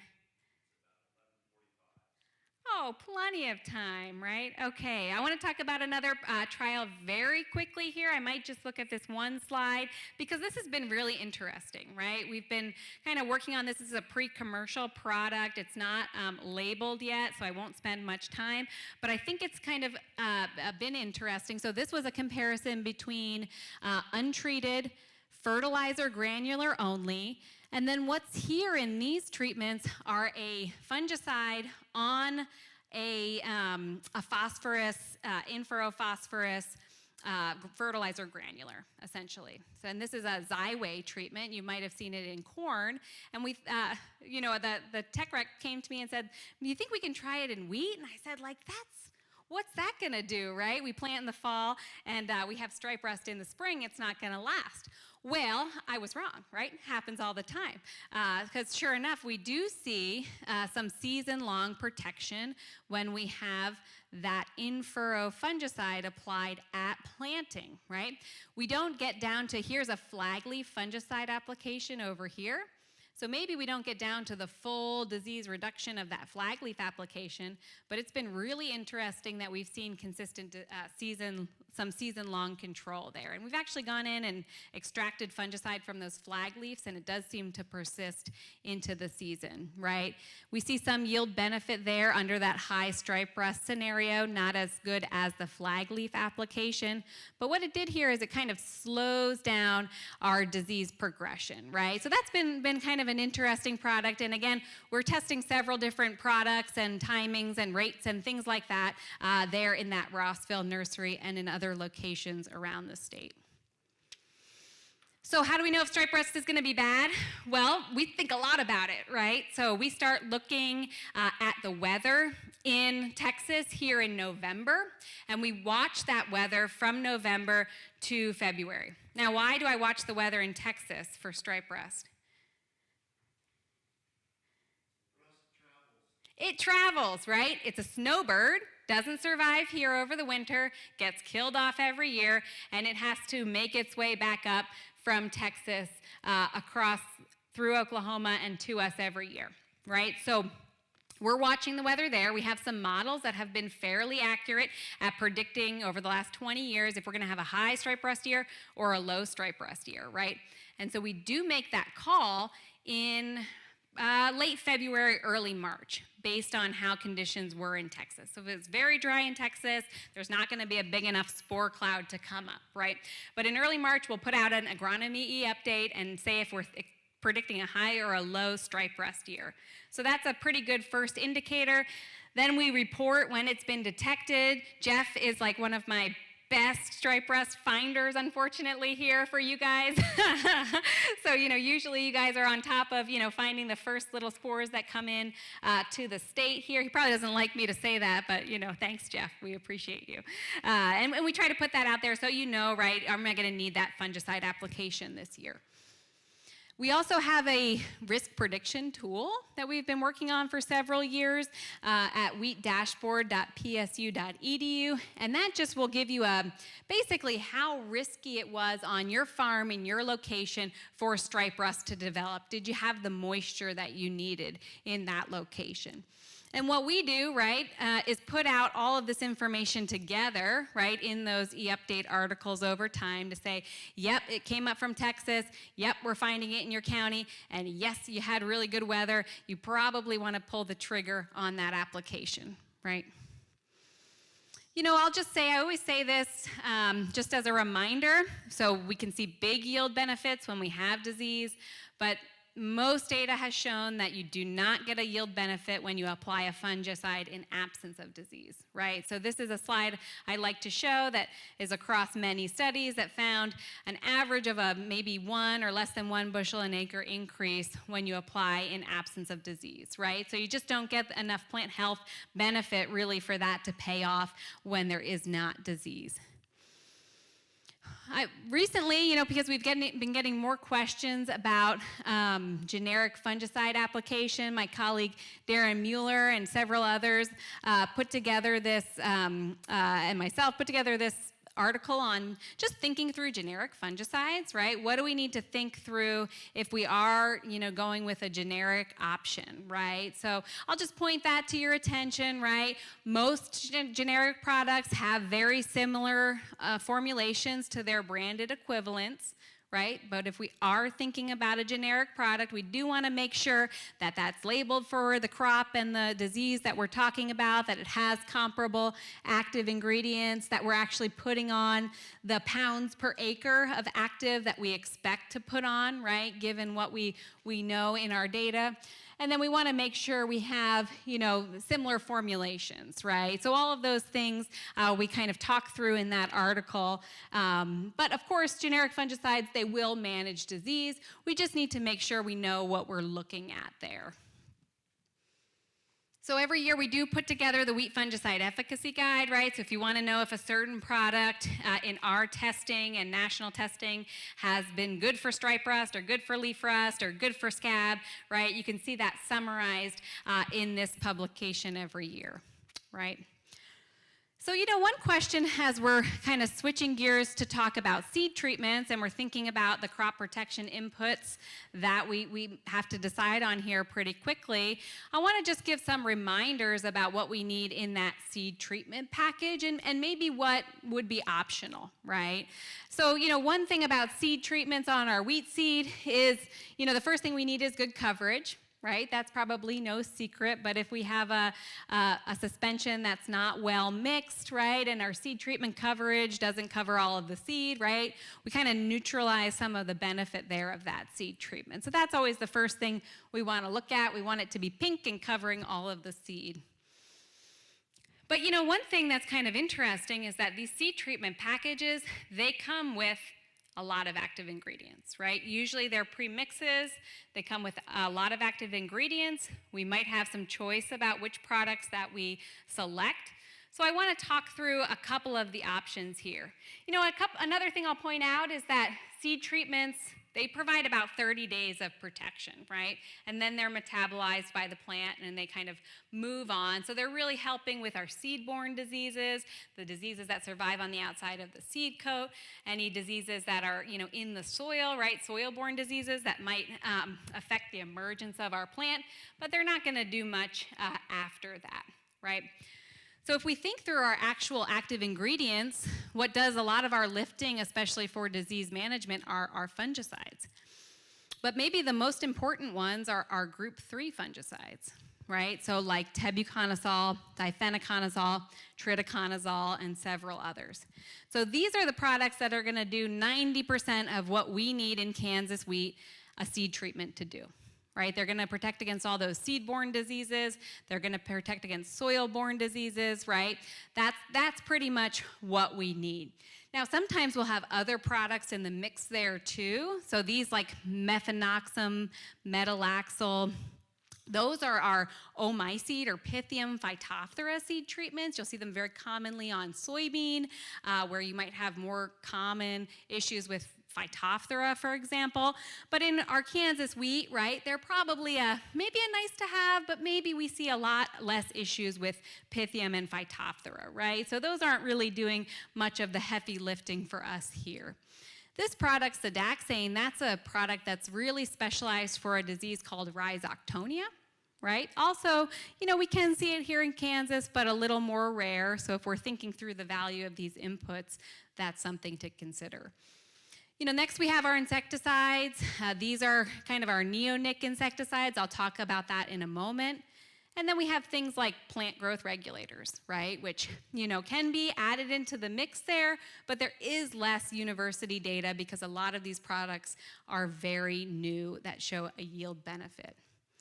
So if we think about a product like Cruiser Max Vibrant cereals, right, we've got our Group 4A insecticide, our neonic insecticide. We've got difenoconazole, our Group 3 fungicide. That's what's doing a lot of the heavy lifting for us here in Kansas in that product. And then we've got mefenoxam. That's our Pythium seed treatment and our rhizoctonia product here, right? One thing I'll say about insecticides, and this is just more of a reminder, is that most of the insecticides we're putting on wheat in Kansas are those neonics. and they help with aphid pressure and wireworm pressure. And that's it, right? They can have some suppression on aphids, right? Doesn't always translate into barley yellow dwarf protection, but they can have some suppression there, right? You need other products. There are just a couple products that can suppress armyworm, right? And that's not our neonics. Those are other products, and those products don't have an effect on aphids, right? So if you need armyworm suppression, right, you need to go with a different product.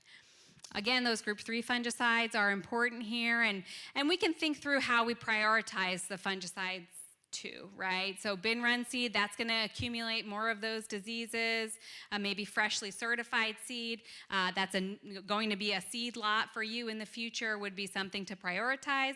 And if you're planting really late into wet soil, right, that's when we can run into more of those soil-borne disease issues, and that could be something to prioritize here. So again, as we're thinking through those inputs coming up on this next season, how do we get to high-yielding wheat, and maybe, you know, think through what our input costs actually are, right?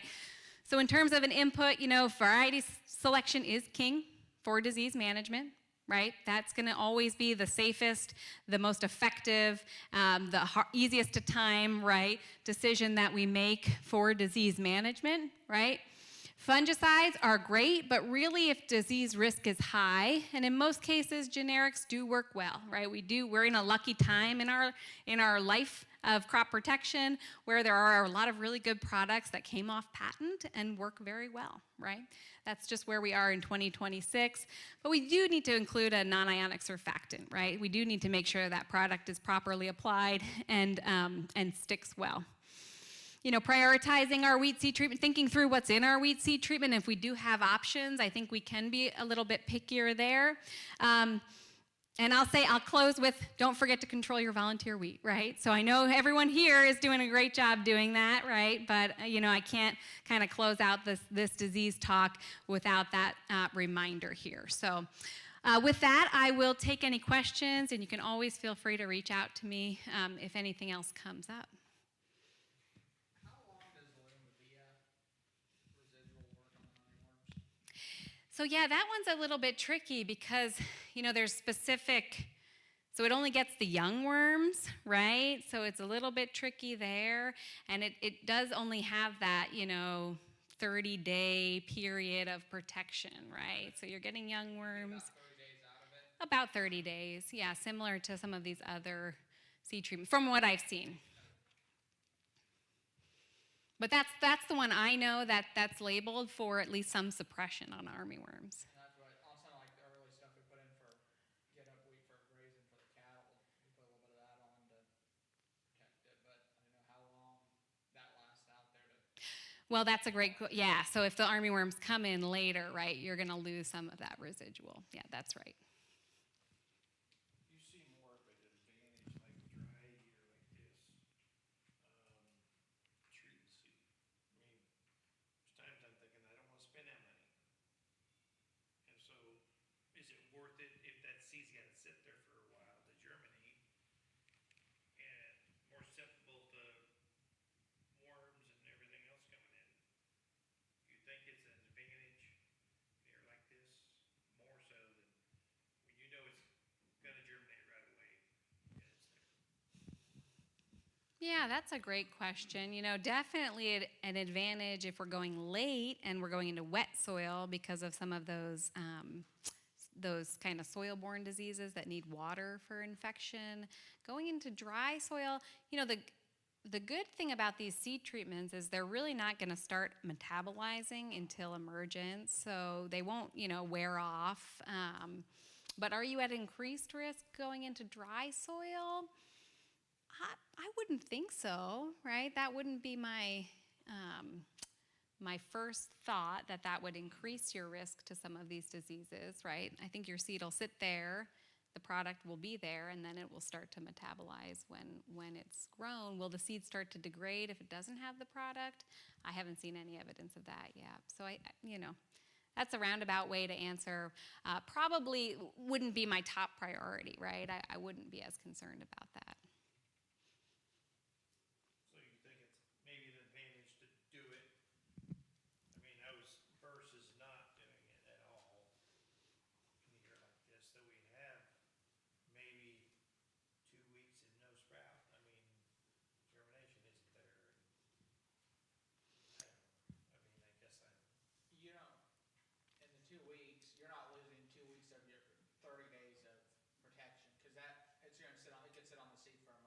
It can sit on the seed for a month there. Yep. Fine, okay, Yep. but you don't just lose it in a month then? No. Okay. But prioritizing it, that's, would I prioritize it in a very dry year? It's always a best practice, right? Especially to manage some of our bunts and smuts and those types of things. But I wouldn't necessarily prioritize it in a dry year. I don't think you'd be at higher risk or lower risk because of it, of the soil, moisture, the dry soil moisture. Higher risk if it's actually wetter. So yeah, it's kind of a tough thing here because it is best management practice, but if we do need to prioritize some of those inputs, I hate to say you need to put on a Cadillac seed treatment in a year like this, right?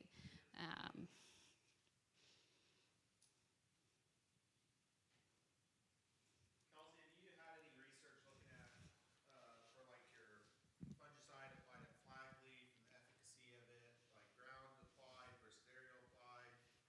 And then, we're seeing more and more spray drones too, so that I think probably brings in another avenue as well. Yeah, so we, in the research, and North Dakota has done a lot more of the research comparing aerial applied versus a ground rig applied application there, and they do see, under most cases, comparable efficacy.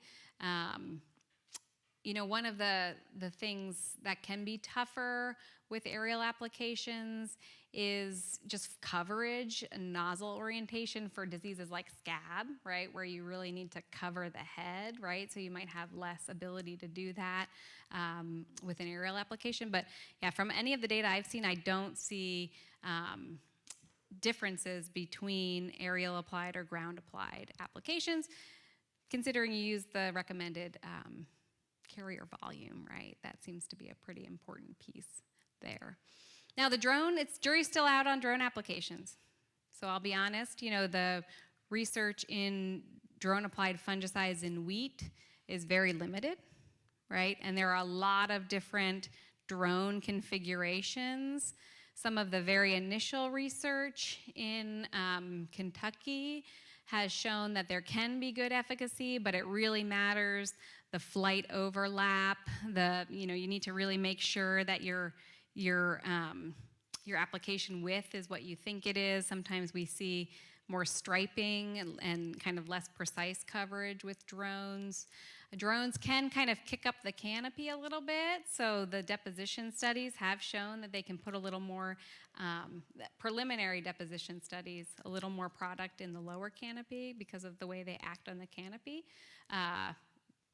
But I think we do need to do more of that research in Kansas, right, which is something that we have not done.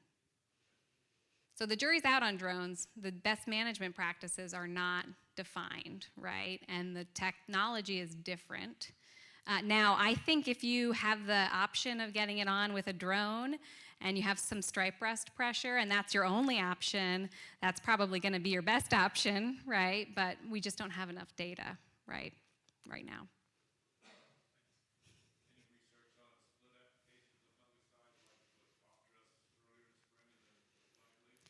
Yeah, we've done that a lot, actually. We've looked at that for several years in Rossville and in other locations. So the thing about the split application is it does provide some early season protection, and it can slow down diseases if they start early. And so you do see some yield benefit, but it doesn't equal the yield benefit it doesn't replace the yield benefit of that flag leaf application, right? So, and we see comparable efficacy when we make the split application, right? There's a little bit of maybe a yield bump when you split it, but that flag leaf application does most of the kind of heavy work on disease suppression. But one place that is helpful too is if you're wheat into wheat and you have a lot of leaf spotting diseases too, that can kind of slow down that progression in the canopy. Or if we have stripe rust pretty early, right? Those early applications kind of slow things down. I know that's an inexpensive application, so sometimes you can put that in with your herbicide, right? But it's not going to give you full through the flag leaf protection, right, if something comes in later. On that, some of the chemical companies here a few years ago when the split application kind of took off were really pushing the plant health side of it. And then in the last couple of years, as you guys all said, you don't really get the benefit unless there's a disease there. Now they're all of a sudden backed off that. Now they're pushing all their snake oils, I guess I'd say, to survive stress. Yeah, the plant health thing, and I'm probably going to get in trouble because this is live streamed on YouTube there. So, but you know, the plant health thing, it's been debunked for a decade, 2 decades, right? Just so that's true. So maybe this is the nuance, right? You do get a stay green effect from fungicides, especially the QOI fungicides, the group 11 azoxystrobin type fungicides. They do result in some physiological stay green. Maybe the key I should have mentioned is it's never been shown to result in a yield benefit, right, or an economic yield benefit. So, and you know, one concern that we have occasionally in Kansas, you know, we've been thinking about this a lot. In some of our data, you actually see a small yield penalty from a fungicide. And that could be because of that stay green effect, right? So if you're kind of towards the end of the season, it's really hot, you need everything to be kind of going to your grain, and you're really trying to stay green, right?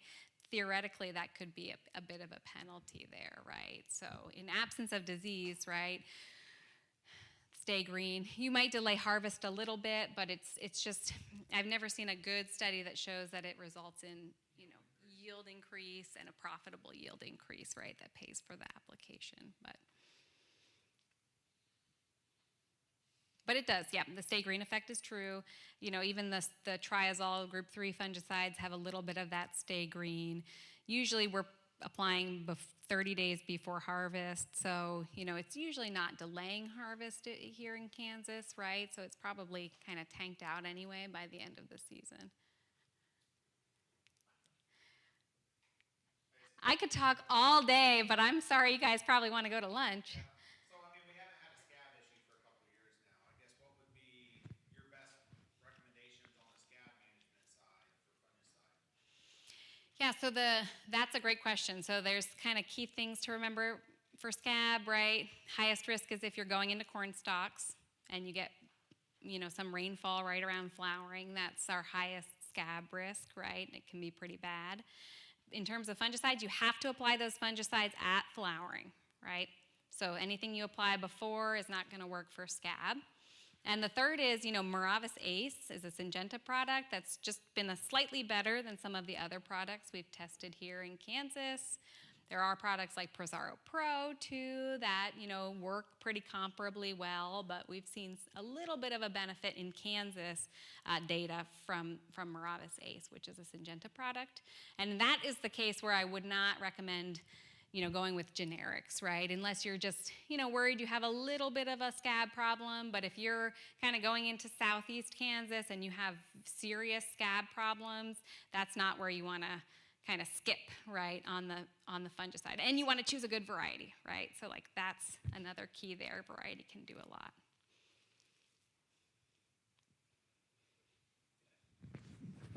Very cool. Thank you, Kelsey. She's got job security, right? I mean, never going to run out of stuff to talk about.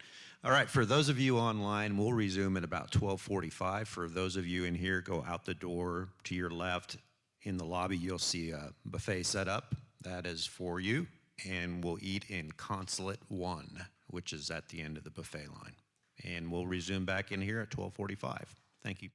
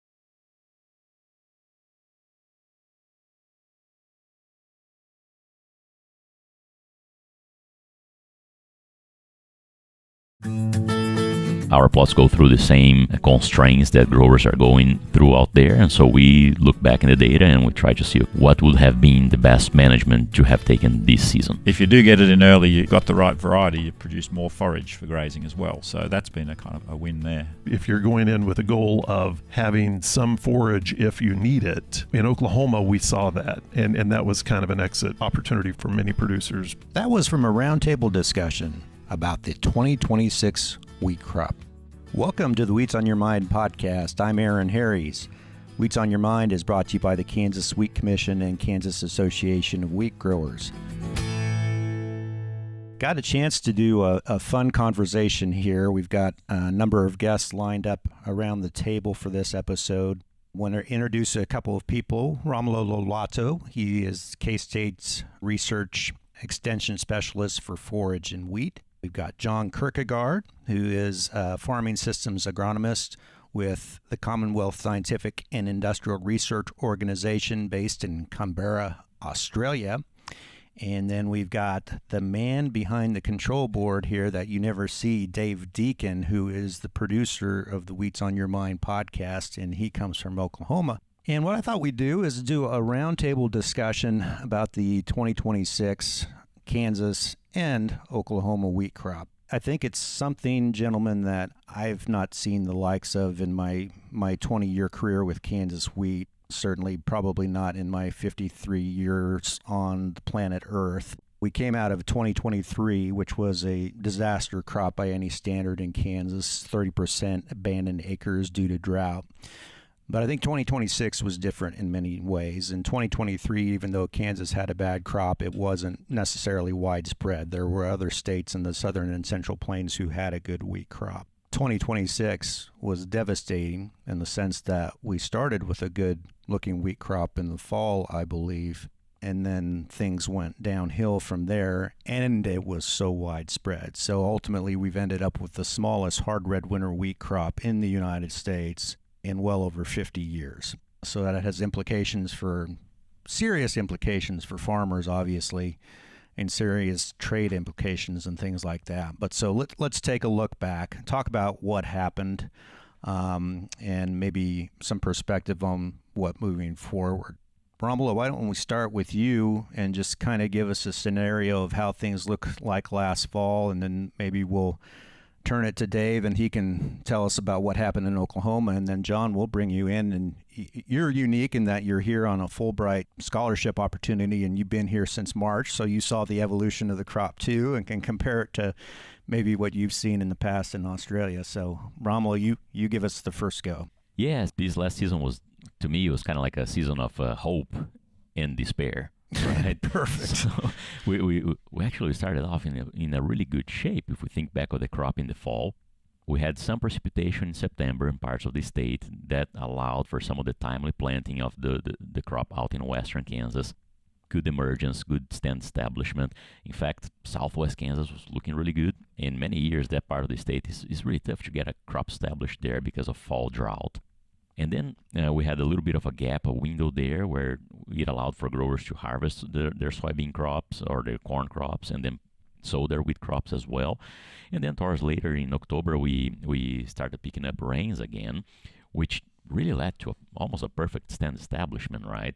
That good fall moisture allowed for the crop to grow during the fall well as well. Temperatures were above average during the fall by 4 to 6 degrees or so, and so that allowed the crop to tiller out and develop a good root system. So really, as we got to December, we were probably looking in an excellent shape as we hadn't in years, and that's where the hope came in, right? Because as you mentioned, 2023 was really tough. 2024, 5 were super variable as well, and so we are kind of in need of a good wheat crop there.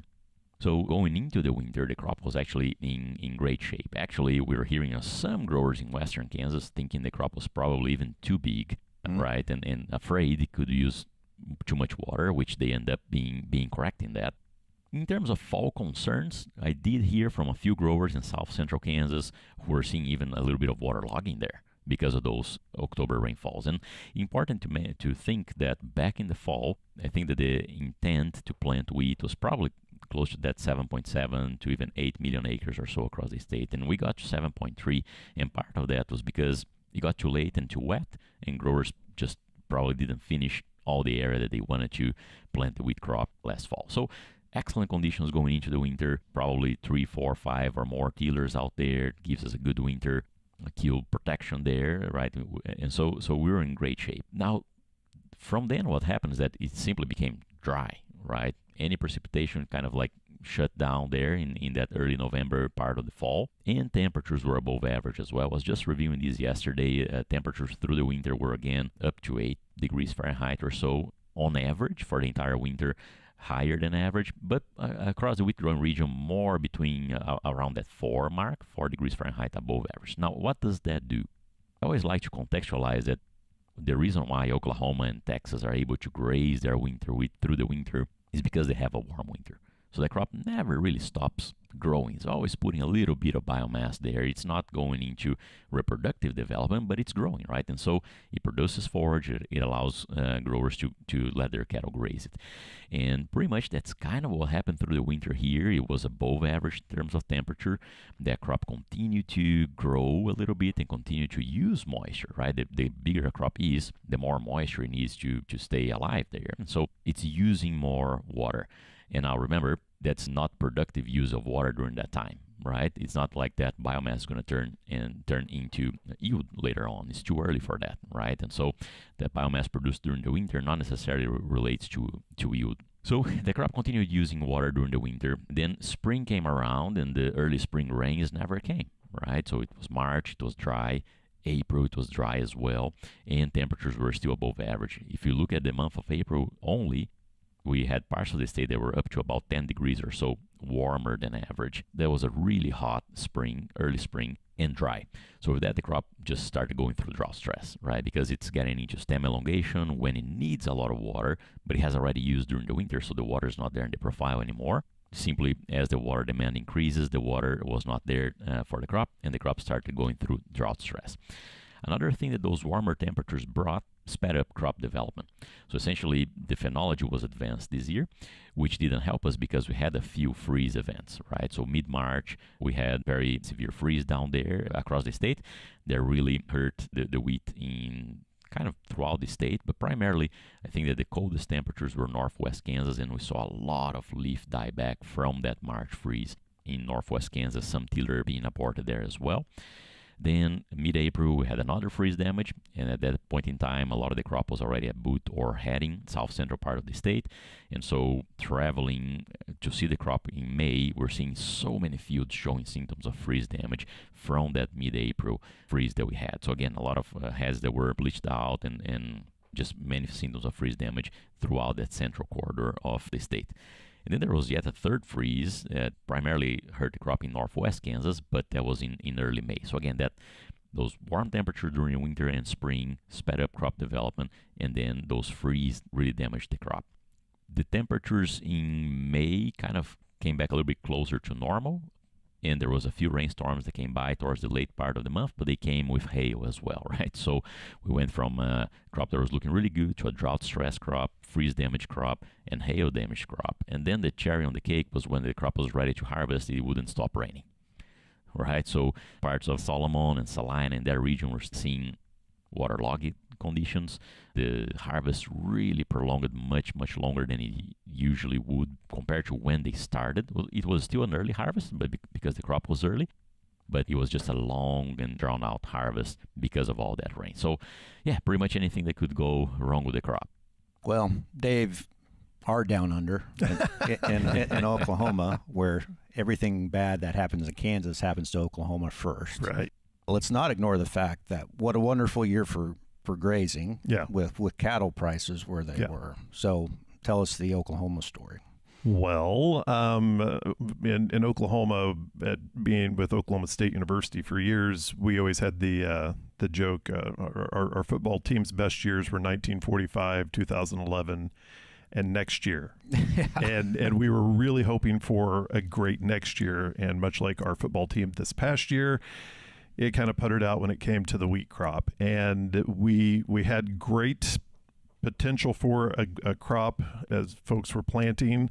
I talked with a producer near Canton, which is in northwest Oklahoma, and he said he planted late because He pushed it back as far as he could because he just knew that it was going to rain, and it finally did. And I think he got maybe a quarter of an inch of rain, and then he caught a snow in December, and that was it.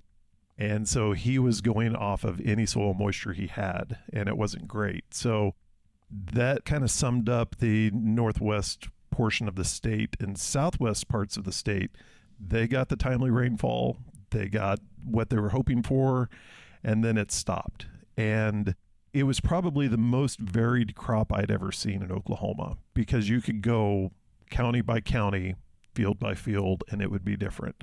And a lot of the fields and pastures that we had, much like Romulo was saying, they were grazed. And a lot of the rougher looking fields that I saw had hot wire around them, because the producers just kept the cattle on there because they were looking at the potential price of wheat for grain, and then they would look at the price of cattle, and that was really weighing that decision. The Oklahoma wheat crop came in about half of what it usually would, and the Oklahoma Grain and Feed Association made that estimate early, and I think that may have influenced some of the decisions to keep the cattle on the fields. Now, as you went along the US 81, I mean, it looked great from the highway, but whenever you got out into the fields, the yields were not going to be what they were hoping for. Some fields, I talked with the producer, he got 8. That was his yield for the field. Dr. Amanda Silva at Oklahoma State, she cut some 40 yield bushels on some wheat, but not a lot.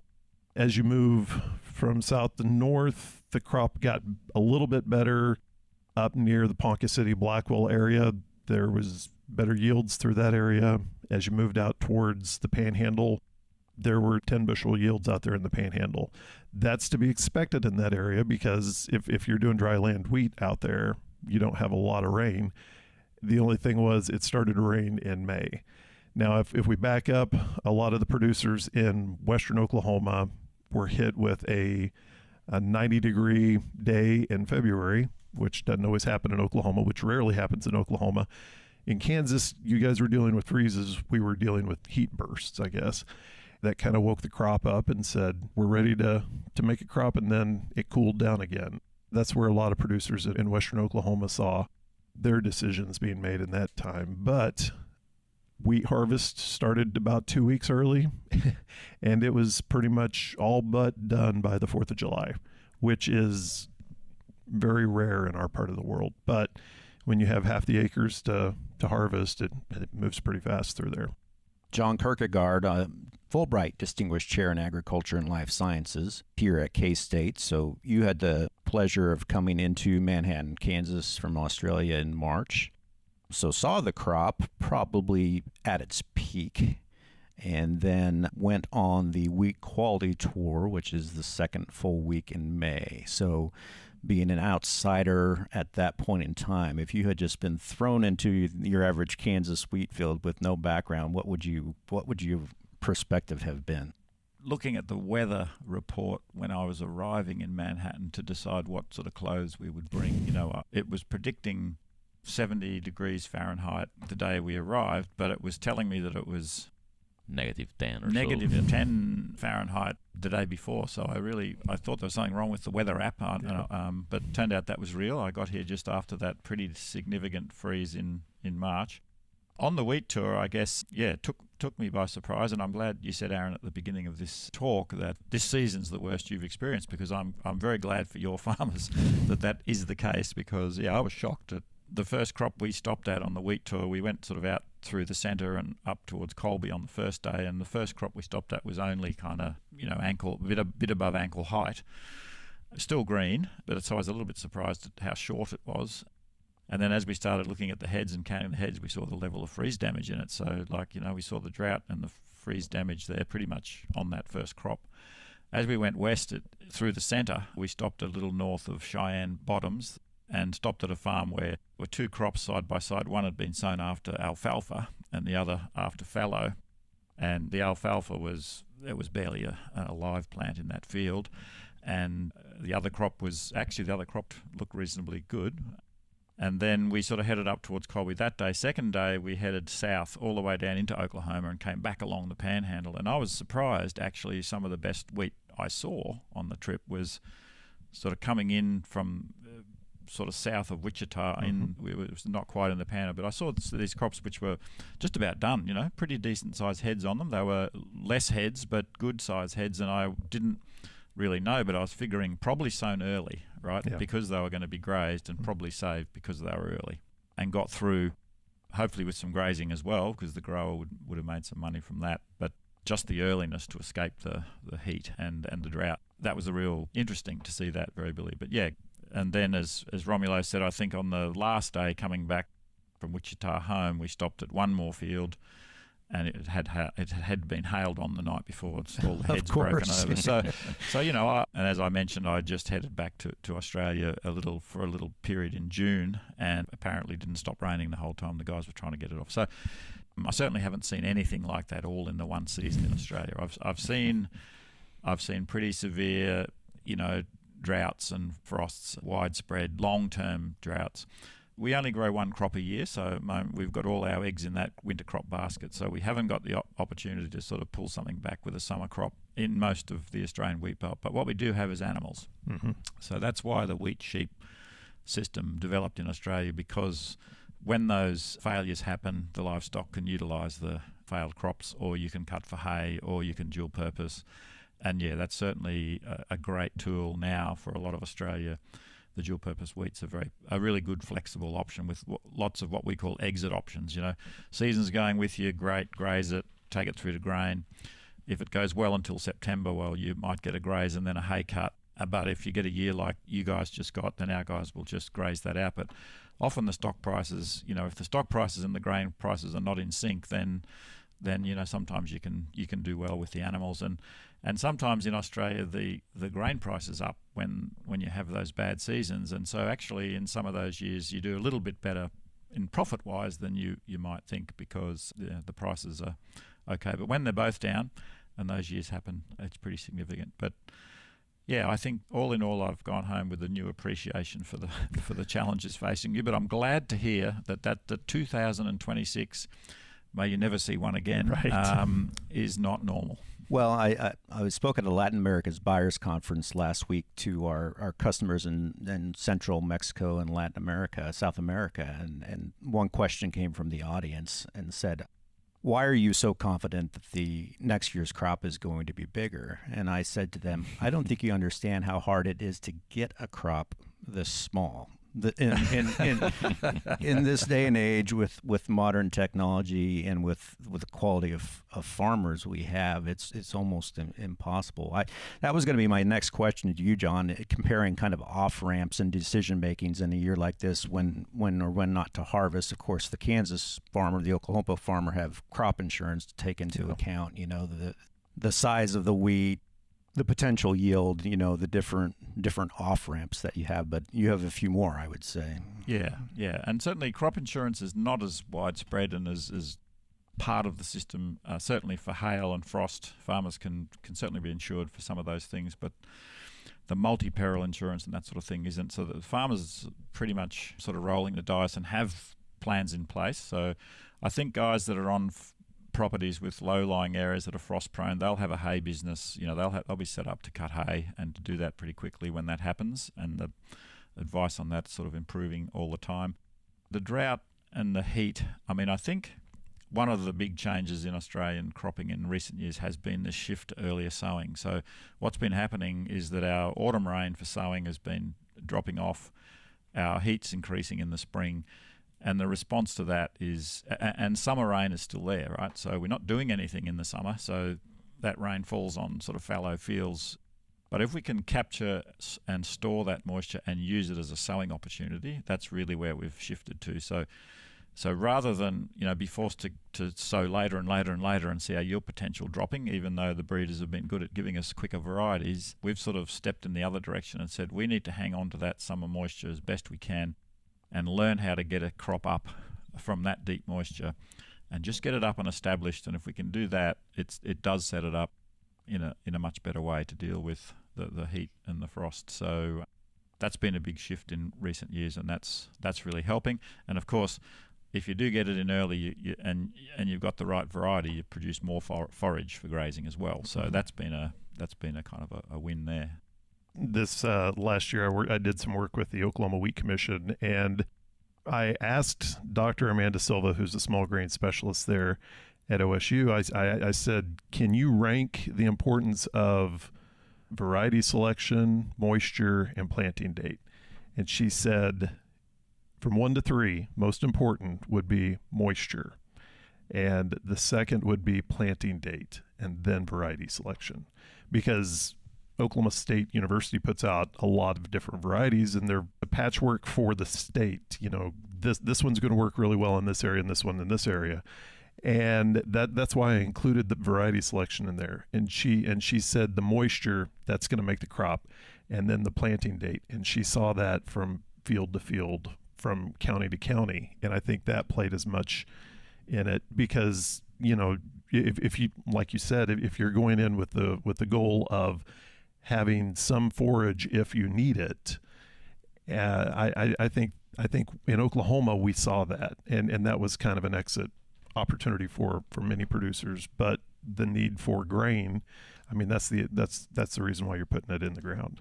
Interestingly, our breeder colleague of mine, Greg Rubetsky, he does what I think of as breeding for system resilience rather than breeding for crop resistance. So there's a lot of work going on around the world, and it's good that people are chasing this, but it's a tough ask to make wheat heat resistant and frost resistant, right? That's a tough breeding challenge. What you can do is work with the climate and find ways to still make money even when bad things happen. So he's bred wheat with a long coleoptile, so we can plant that down at sort of 4 inches, because often the moisture's there. You can get it up and get it established, you know, when current modern wheats, semi-dwarf wheats, often you can't. He's bred a wheat which produces hay, high quality hay, and it's awnless. So that's for growers who, when they get frosted, have still got a high value product. Like, it's not just any old wheat hay. It's as good as the oaten hay that they sell to Japanese racehorses. And without the awns, it makes good hay. So that's another one. And the third thing, he's working on 100-day wheats, where he's been selecting for early vigor, and he's now got wheat that's as vigorous as barley early. So that's when you really get pushed into late June and July, but you still want to get a crop with a profitable yield. So all of those things are sort of saying, well, this climate's going to happen, and we need to still be able to make money from the wheat. So what sort of breeding ideas have we got that can help make that happen? And that's been some really nice examples of that. Look, all strength for the guys looking for heat tolerance and frost tolerance, and hopefully they'll find some incremental improvements with that as well. But in the meantime, we still have to be there, and we still have to make money, and none of us yet can predict the climate, so got to be ready for anything. Well, speaking of research, never ceases to amaze me the resiliency of modern wheat genetics. Had this year been 30 years ago, it would have been factors worse. I have no doubt about that. In the wheat tour, Romulo, we went out in the field, clearly saw the primary tillers dead. They had been smoked by the freeze, and the secondary tillers coming on, still producing ahead, and by all quality reports, decent test weights this year. And so I say it often on this show, but tip of the hat to our wheat geneticists for making small miracles happen. But 2 questions for you, Romulo. Just how close were we to a better crop? A half an inch for rain, placed at the right time. And then what does a researcher learn from a year like this? Good questions there, Aaron. And, how close were we from a better crop? Wheat can be quite efficient in using the water if it comes in the right time, right? And I came across a few fields in the central quarter of the state that were looking really good for the crop that we had, for the year that we had, particularly in that north central part of the state, Republic County. I was talking to the farmer. He said, well, yeah, he did get a couple of rainfall events of about half an inch or so each, maybe a little bit more, that really saved the crop, right? And so you went there, you probably put 20 bushels in that crop from that couple of inches of rainfall or so that you could have had. So essentially, if we look at how efficient the wheat can be in using water, if it is water limited, right? If you have 30 inches of rainfall in the season, it doesn't matter. But if you are in that limited environment, right? If you have 8, 10 or something along those lines, it can put up to about 8 bushels per inch, more or less, in its potential, right? So if it comes in the right time, and if you have good genetics, and if the agronomic management is on the background, that's kind of like the potential that wheat has. And in Australia, they use that as a benchmark very often. It's like growers know that number in the top of their minds, and they're always trying to see how close to that benchmark they are. So this year, we happen to be very, very water limited in an important stage of development of the crop. And if we would have had, again, for each additional inch we could have put about 8 bushels or so. So yes, that's kind of how close we were from saving that crop. Was probably a couple of inches in the right moment, spread across a couple of different rainfall events. A couple or 3 inches would have made, these would have been multi-million-dollar rainfall events there. From a research perspective, I guess what we learned, it's dealing with these adversities, right? What can we try to do to improve growers' decision in an environment like this? And I think that's kind of where our applied research is. Our plots go through the same constraints that growers are going through out there, and so we look back in the data and we try to see, okay, well, what would have been the best management to have taken this season, right? And we can always do that. It's of course, it's much easier looking back in a set of research plots and seeing what worked best and what didn't than if you're a grower trying to plan ahead and trying to make a decision from 1,000 different outcomes, right? But I guess that's where we're at. I'll give an example and try one of the projects that I have a student working full-time on is try to see how can we better manage our nitrogen decision, right? Because that's one of the biggest inputs that the wheat grower has in their operation. And so essentially what we're doing is if we're getting hundreds of trials that we've run over the last few years, we're getting the date when we did the nitrogen application, February or March, right?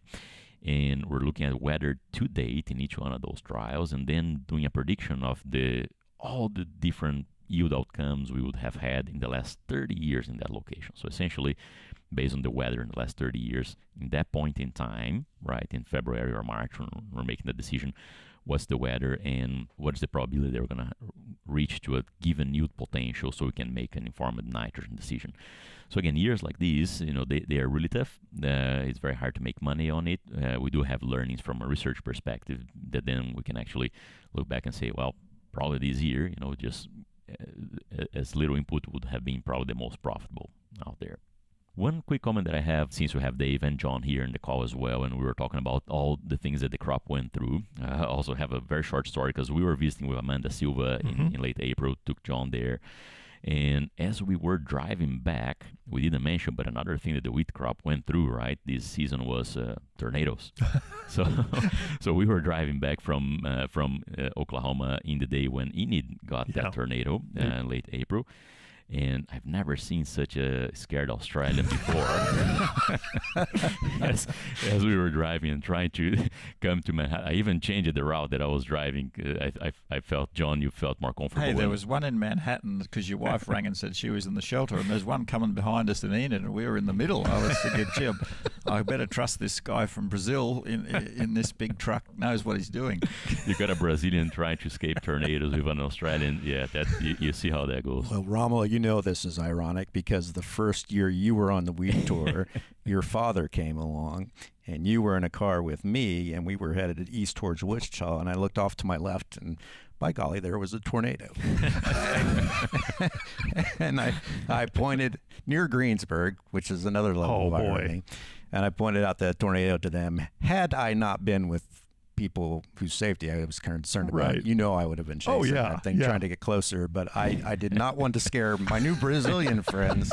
So yeah, that's how we haze people in Kansas, apparently, is the tornado thing. John, I'm kind of an El Nino fanatic, and we mentioned earlier in a different conversation, but strong El Nino coming on has a very strong correlation on the southern plains, above average moisture between November and March, key for the hardwood winter growing season. Reverse effect, as you might expect for Australia, and you said your farmers even make some fertility decisions based on that. Yeah. So El Nino for us means very dry spring conditions, and in fact this year, and it's it does add skill to the forward forecast. So farmers will look at what what's being said out ahead of time regarding El Nino. We have another weather phenomenon called the Indian dipole, which sort of comes down from the Indian Ocean across and can also sort of pull rain down. So they're the sort of two big global weather systems that our growers are looking at.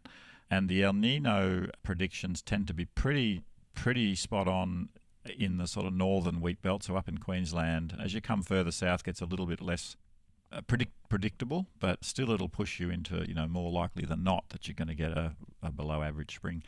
So yeah, this year the Weather Bureau, our Bureau of Meteorology, BOM in Australia, was predicting a super El Nino, they were saying. Wow. And so I was leaving Australia in March. That's when growers are sort of making their sowing decisions, and I've got experiments running, and we're sort of deciding what we're going to do. But I know a lot of growers were listening to this, and it was such a strong signal and such a strong recommendation that they were, some of them, holding off on nitrogen purchasing decisions based on that, which turned out not to be a good idea for two reasons. One, what happened in the Middle East and the increasing prices of fertilizer that spiked for those that didn't already have some in the shed.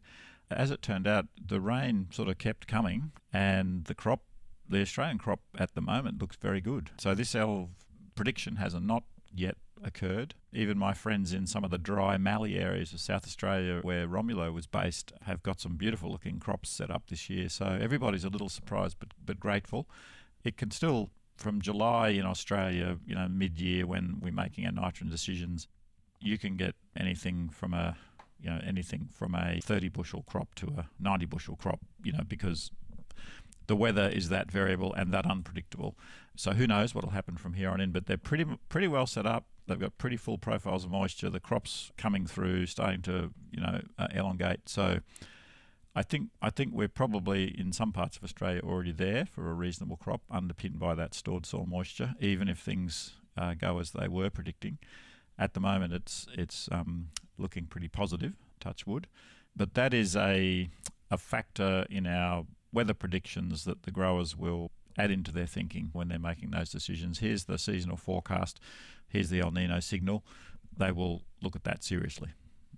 So, Dave, speaking of decisions, what's the tone, mood in Oklahoma right now? Farmers a little bit different decision making since there's a lot more grazing that goes on. I mean, what's the sense on planted acres? The producers I talked to at the end of the crop last year, I made sure to ask them just to kind of get a feel of where they were. I said, "Are you going back next year?"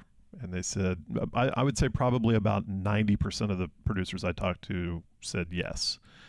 And a lot of the producers, because seed's going to be hard to find already in that part of the world, and a lot of producers were holding back seed where they could just to plant it this year. And I was glad to hear that, just as a guy who loves wheat in the Great Plains, and there's that optimism. Now, back to what you said earlier, do you think this could have been 30 years ago? Where would we be? I don't know that there would be that optimism, that readiness to jump in and do it again after a year like this. But where we are now, from the folks that I talked to in Oklahoma, I think that, there is an optimism. Like I say, we're OSU Cowboy fans, so we're ready for another good year, hopefully next year. And so that's kind of been the attitude with the folks in the great state of Oklahoma. Same question for you, Romulo. Yeah, that's a good question, Arrow. I think that, when you look at the Kansas context, over the last 30 years, we lost a lot of wheat area, right? But in recent years, if you just look at the last maybe, 7 or 8 years, it has been fairly stable. And I think it's because right now wheat is going to maintain at least that area, because growers know the importance of having wheat in the rotation for the type of conditions that we get here. Yes, last year was terrible for wheat last season, but there are multiple benefits that wheat brings into these rotations in semi-arid systems like we are, especially in western Kansas, right? With all of the residue that is produced, and that residue helping store soil moisture, conserve that moisture there for the next crop, snowfall, control weeds in their summer crops, and so on. So overall, I think that we're going to at least be maintaining the area that we have been at, around that 7.5, perhaps 8 million acres planted. Whether we're going to harvest all of that or not, it's a different question, right? Because it all depends on the season. And similarly to what John mentioned, in March, we may have anywhere from 15 to a 90 bushel potential, right? So that's going to be a driver of the harvested area later on. But in terms of sowing, I think that wheat holds a very important place in our crop rotations here because of these multiple benefits that it brings, the flexibility that it brings in terms of timing for the decisions and whatnot. And they had the opportunity for grazing on it as well that we don't have in many summer crops. So overall, I would expect perhaps a stable area going into this fall, owing to this importance of the wheat in our systems. Great discussion, gentlemen. Good postmortem. Postmortem's a perfect term for the 2026 crop. I think we all agree on that. Yeah. And very nice to have your perspective, John. Thank you. And Dave, you too. Thanks again. Thank you. Thank you for listening to the podcast. Please share with your friends. If you want to hear previous episodes, go to wheatsonyourmind.com. Thanks for listening.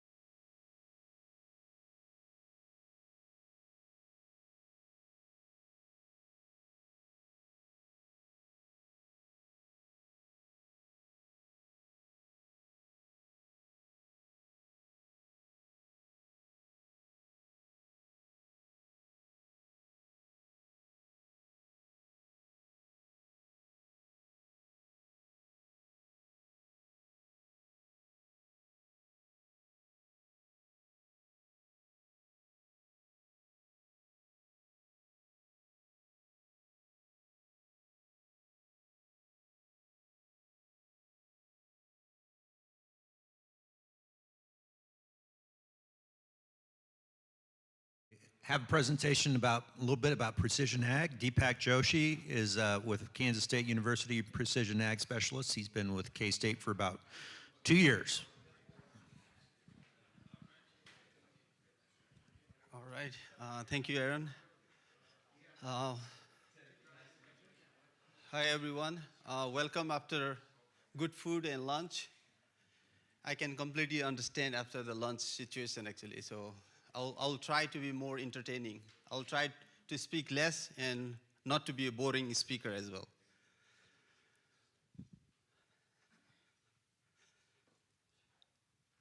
All right. Thank you so much for opportunity here to be one of the speaker today. My name is Deepak Joshi. I'm a precision ag specialist at K-State. I've been in this role now 2 years. For the last 2 years, I've been in this role. And during this last 2 years, I've been traveling all around the state, understanding the need, especially focusing on the precision ag. And I found there is a huge opportunity and there is a huge need for the precision ag, different precision agriculture tools, technologies here in the Kansas. Before joining at K-State, I did my grad school from South Dakota State University. I was in South Dakota for 9 years, actually. And then after finishing my grad school at South Dakota, I went to Arkansas State University. I worked there for 1 year, and then I moved to the Kansas State University, actually. And originally, I'm from Nepal, actually. I did my undergrad education back from the Nepal, actually. And here, I will talk about some of the work, more focus on the wheat. I've been working for the last 2 years on the wheat with Dr. Lollato team, and I'm taking care of on his plot and research using the drone-based information, actually. And I have here Caden here. He's the one who have been collecting all the drone images on all those fields, and he's working on his master using all these data, actually. With that, just want to start with a drone, actually. So as I said, my last 2 years, most of the work is related with the drone. I think I found like a drone have a huge demand here and a lot of opportunity for the adaptation as well. And when I meet the grower, they all are interested on the drone and using for the various activities. Just want to ask, like, do you guys use a drone on your farm for anything? Any of you? I know Adam, he used a drone for his business, but if you use for your farm, but we have a lot of application on the farm, actually. So we can do the field scouting very faster. I've been helping some of the grower on the scouting the field, including the wheat as well. And scouting is really important. And early season scouting is important to see how the plant's germinating, if we need to make replant decision or something, or also for the weed detection and those things. So early season scouting is important. Mid-season scouting is helpful to understand the crop growth and to identify the disease, insect damage, or nutrient deficiency, or moisture stress like that. And late season can help us understand the overall growth of the season, and it can also help us understand the ill potential of the field, actually. So, but usually we scout the field manually, walking around the field. Sometimes it's difficult to scout the field. Like we have 100 acre, 150 acre. If we have to walk all around every corner, it will almost take a whole day to finish one field, actually. But with the drone, we can do in a half hour, actually. So there is a huge application for this scouting using the drone, actually. And finding the problem issues, as I mentioned, like a different stress condition, disease, insect damage, or storm damage. Also, it can help us understand the field variability. Like, do we have a same growth pattern in one soil type, and also on the same field and different soil type? Do we have a same yield pattern? So it can help us understand how the moisture look like, how the soil type look like, and how the crop growth across the field look like, actually. You can see here one of the images. This is from the McPherson County over here, wheat field. We flew. I have a 4 on-farm field here, and which I have been tracking for last 2 years actually. And I've been tracking on those 4 fields every 10 days. I've been flying drone since last 2 years, every 10 days actually. I have developed so good data on that, and I fly all the crop that are grown on that field actually. It was wheat, and then after soybean, and now this year we have a corn as well. So I've been flying those tracking from last 2 years actually, and it have been very useful and helpful information. So this is early season. It can tell us about what's the germination look like in the early season. Like those red area is the bare soil area, and then yellow is a medium area, and then green is a little bit more biomass or better germination area.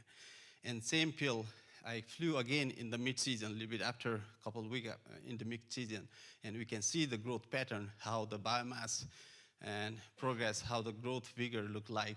And this is the late season when almost wheat is ready to harvest, and that makes sense as well. This is a little bit yellow because it was because of the senescence of the wheat field actually. So there is a huge application of the drone, not only for the mapping. So my work have been very diverse. We can use the drone for a different purpose. So one of the work we did last year was this was on the soybean, but this is the same. It can work for the wheat as well. So this is a field on September 3. We took the picture. It was so good field, healthy soybean growing.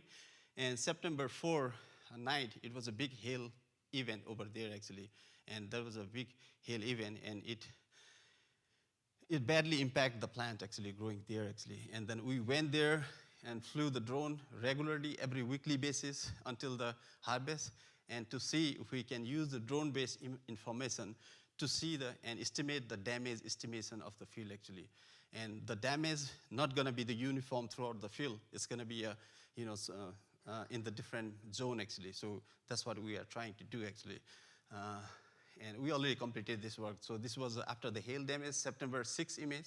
After the hail damage, you can see it was badly affected, and we flew and we were able to estimate the damage based on the different zone as well. So this can help us to for the insurance claim purpose actually. So I just wanted to bring this because drone have a diverse application, not only the crop monitoring and growth monitoring, that we can use the drone for the multiple things in our farm actually. And another work we are doing right now on the spray, not only the mapping side and crop monitoring or scouting.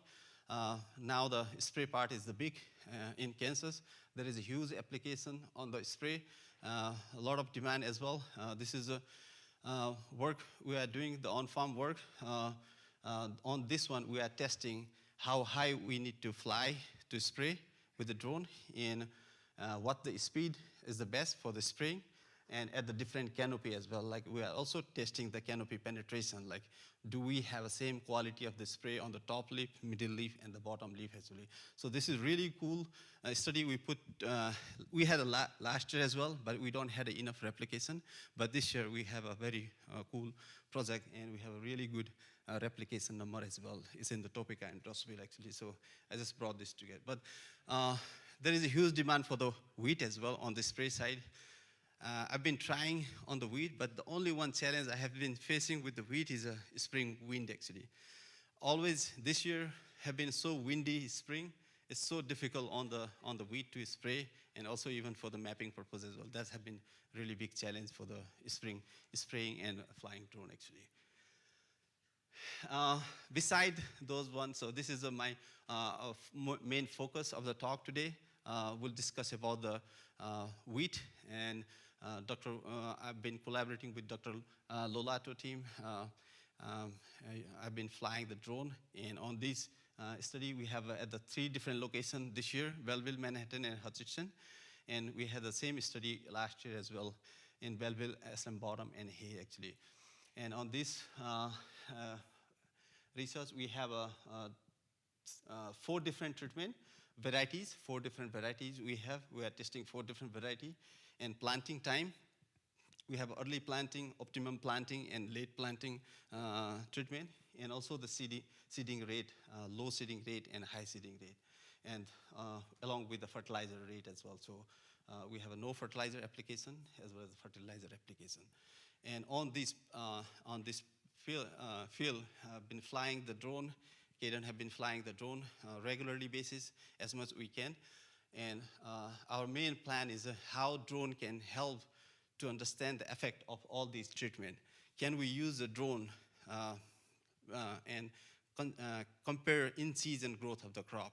Like otherwise, we have to wait until the harvest and use the yield data to compare all the treatment. But can we use a drone and fly from the beginning of the planting and during the whole season and can compare during the in-season growth and effect of these treatment as well. So that will help us to make the right decision at the right time as well. So that's what our objective actually. And for this research, we've been using quite a few drones. 2 drones we have right now. One is this is a SenseFly fixed wing drone with a multispectral sensor. You can see the multispectral sensor. It also have a RGB camera, and we are getting, our picture resolution is 4.8 centimeter for multispectral, and for the RGB we are getting even more high resolution, 2.5 centimeter resolution. And from multispectral, our main target is to measure the plant growth, vigor, and like if we use the NDVI, so for measuring the NDVI, we need a multispectral. So NDVI map can be created using the multispectral. So this is my fixed wing drone that I've been using. Very light drone, very handy, and it's easy to use as well. And the good thing about fixed wing is they can cover more area very quickly actually. If I have an on-farm field, bigger field, like grower field, 100 acre, 150 acre, or 200 acre as well, I can fly on one flight actually easily. And this have a camera. So this is a camera on this one. It's go here, and it's have a really good flight time as well. And this is the battery. If it's a nice day, no wind condition, battery can last for even 1.5 years continuously. So I've been able to fly even 200 acre in with the one battery actually. So this have a really good battery capacity as well. But it depends on the wind condition. Like if we have a really windy condition, so battery will last for like 1 hour or 50 minutes. But if we have a nice no wind, like almost like 10 miles per hour on that condition, I can fly 1.5 hour easily actually. And another drone is a multi-rotor. Only one limitation on this fixed wing is we cannot hover this drone around certain specific area. For example, if I have a small area that have a problem and I want to focus just on that area, we cannot hover this drone around that certain specific area. Once you launch it, it will keep going flying actually. It will not hover around the one specific area. That's one limitation. And another is when you fly, it needs a little bit open space because you cannot take off and land up and down. We need a little bit open space, no tree or no electric pole around.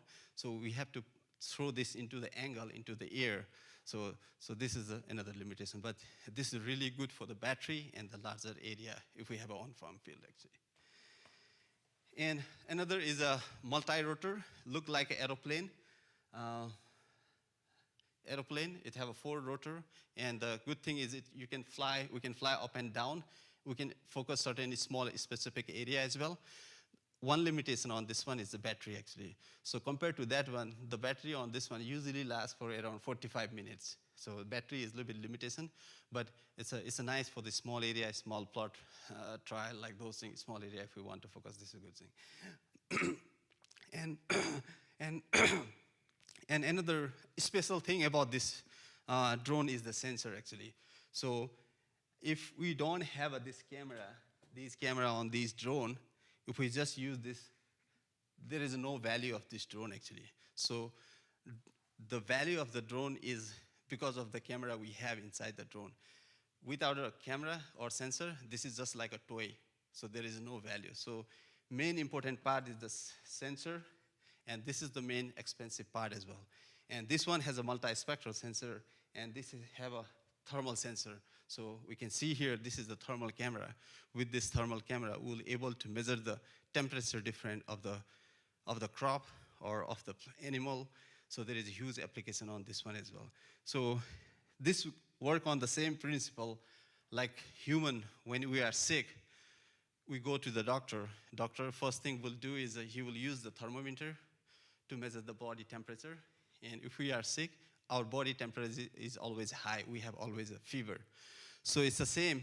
Plant is sick or moisture stress or anything, the body temperature of the plant as well, it increases. So how do we measure? We can measure using these thermal-based drone. Actually, we can see easily if the plant is in the stress condition. If moisture stress, based on that, we can make the decision related with for the irrigation, something, or if there is a disease pressure, we can see that easily, actually. So one quick question. So how much this drone will cost? Any guess? 200? Yeah. Okay. Any more guess? 3,000. Yep. This is 19,000. 19,000.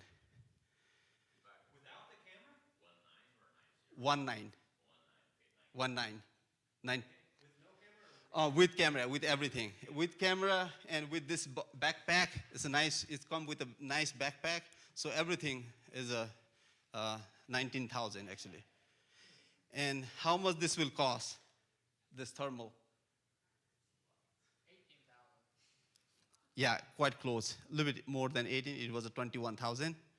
So this is both drone are US-based drone. So we cannot use all the drones. Some of the drone outside the US we cannot use because of some new rule and regulation. But for your use, you can buy any drone that you want. There are some cheaper drone as well, which you can buy like 5,000 as well.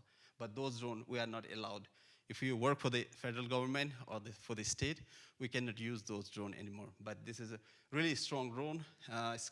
This is a Skydio, Montana-based company. This is really a little bit heavy as well. It's kind of heavy drone, but it's a really strong drone. And on this one as well, this is also very strong drone. When you fly, it take off in the angle, and when it land, it can land on the gravel or on the bare soil or on the top of the plant. It always have some scratch, but I just put the tape and fly again. So it's a very handy drone. I've been using this since 2017 actually. When I was in South Dakota, I was using this drone over there as well. So this thermal, we are getting a lot of good data from both of the drone on this project. So I'll discuss some of the preliminary results from this camera as well. So Caden here, so he's flying one of the field actually. So you can see how we fly this field.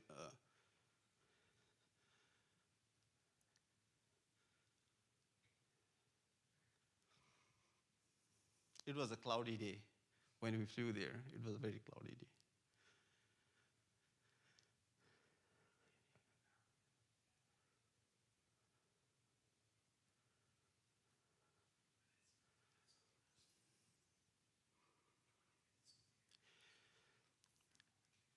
So usually for the flight height, it depends. For the on-farm field, when I fly 100 acre, 150 acre, usually I fly 350 feet height from the ground. But when I fly the small field, I fly lower height to get the better resolution, high resolution actually. So it will depend on how we want to use the drone image. So we fly the different height to get the better resolution as well. And so this is just some of the images from these drone actually. So on the left side, this is a RGB image. RGB is the same image that we get from the phone. So RGB provides some information, but it doesn't provide very much detailed information. It will see the same thing that we can see from our eye actually. And so RGB, you can see some of on those plot, some light green in color. So those are that didn't get the nitrogen actually. So those are some information we can get from the RGB image as well. But on the right side, this is the thermal image. And on this image, red is high temperature, and dark blue is a cooler temperature, low temperature actually. And we can see those red area over there is bare soil actually. There was no crop, no vegetation on those area. It's because, when we have a plants plant have a chlorophyll content, like stomata content, and those stomata open and lose the water, and they cool down the plant temperature actually. And because of the plant, they cool down, so they are lower temperature compared to the soil actually. So soil is always high temperature. And within the plot as well, you can see some are light blue and some are dark blue. So those are due to the treatment effect. So this is just a map, but we can, in the computer, we can zoom in and get the even more detailed information for the each even plot as well. So we are comparing in the plot, like how the temperature look like because of the nitrogen rate, because of the variety, because of the different seeding time, seeding rate. So all those factors, how it's affecting the plant body temperature actually. And this is the two images, NDVI and thermal. So NDVI usually we get from the multispectral. So higher the NDVI, better the plant health. Close to 1 is the value for the NDVI range from 0 to 1. Higher is better. That means higher NDVI is a healthy crop. And I have a polygon here, like box, black box here. Within that box, you can see the high NDVI plot. Those are high NDVI plot, and those are healthy. Those look healthy. And we can compare that here on the thermal image as well. And the temperature on those high NDVI plot are lower. It's because those plots get the more nitrogen, and because of more nitrogen, those plants were healthy. They had a more chlorophyll and more stomata, and they look healthy. And we can see those differences using the NDVI and also with the thermal actually. And on those fields, we've been tracking throughout the growing season, from early season planting to the harvest. We have been developed a very intense database, very rich database. We are still analyzing a lot of the data. It's not only the image collection, there is a lot of process. After collect the data, we have to bring that to the computer in the lab, and we have to do a lot of stitching and a lot of post-processing as well. And Caden have been working hard to process all the images from all those locations. So it takes a little bit effort on that, but we have developed really good data that will tell us so many good stories about this work actually. And so this is just one result, one figure that can tell us about the how we can drone-based information can be used to track the growth of the crop throughout the growing season. We can see here NDVI, how it changed throughout the growing season, early season to the late season, almost when we are ready to harvest actually. So early season for each cultivar, we can see early season there was not much vegetation, not much growth. So we have a low NDVI, but with the progress in the growth, you can see how the NDVI keep increasing. So maximum NDVI at that time, those wheat had the maximum growth at that time actually. So we can use these kind of information for the in-season growth tracking of the crops. And so this is a variety versus a planting time effect. So using the NDVI-based, drone-based information. So on this one, this is from the one side result. We saw that later planted wheat had a better NDVI actually. So there might be some reason connection with the drought probably, because early spring we had a little bit more drought this year, but the wheat that was later planted, we saw higher NDVI on those later planted wheat actually. But it will be interesting also to add the yield part actually. So do we have the same yield pattern on these treatment actually? So that would be interesting to compare the yield as well. But during the in-season, NDVI seems to be higher on the late planted wheat actually. And variety and seeding rate. On this one, we don't see much consistent same result. We don't see the consistency result. Some of the variety with a high seeding rate was a higher NDVI. That makes sense as well. When you have a lot of plants growing there, maybe they had a more plant growth and more biomass production there, so we have a little bit more NDVI as well there actually. But still, there was no clear difference between the low seeding rate and high seeding rate based on the NDVI actually. And in terms of the nitrogen application, and for each variety, for every variety, we saw that when we had the high nitrogen rate, there was a high NDVI as well. And that make completely sense as well. Like when we have the fertilizer application, nitrogen definitely increases the chlorophyll content, and chlorophyll content is definitely related with the NDVI actually. So we saw clear difference between the no fertilizer application and the nitrogen application for all the variety. So this is overall result, and when you compare the nitrogen, definitely the high nitrogen has a high NDVI. For seeding rate, we don't saw any much difference, so almost low and high seeding rate have the almost same NDVI. And for the timing, planting time, the difference was statistically significant, and late planted had a high NDVI actually. But when we just compared the varieties, almost all of the variety, they had the same NDVI pattern actually. So there was no significant difference between the NDVI of all the varieties actually. And comparing the temperature from the thermal drone, also again here, planting date, on the planting date side, we don't see much difference on the plant temperature, based on the plant temperature. But definitely the high nitrogen, where the plot with the nitrogen had the low temperature.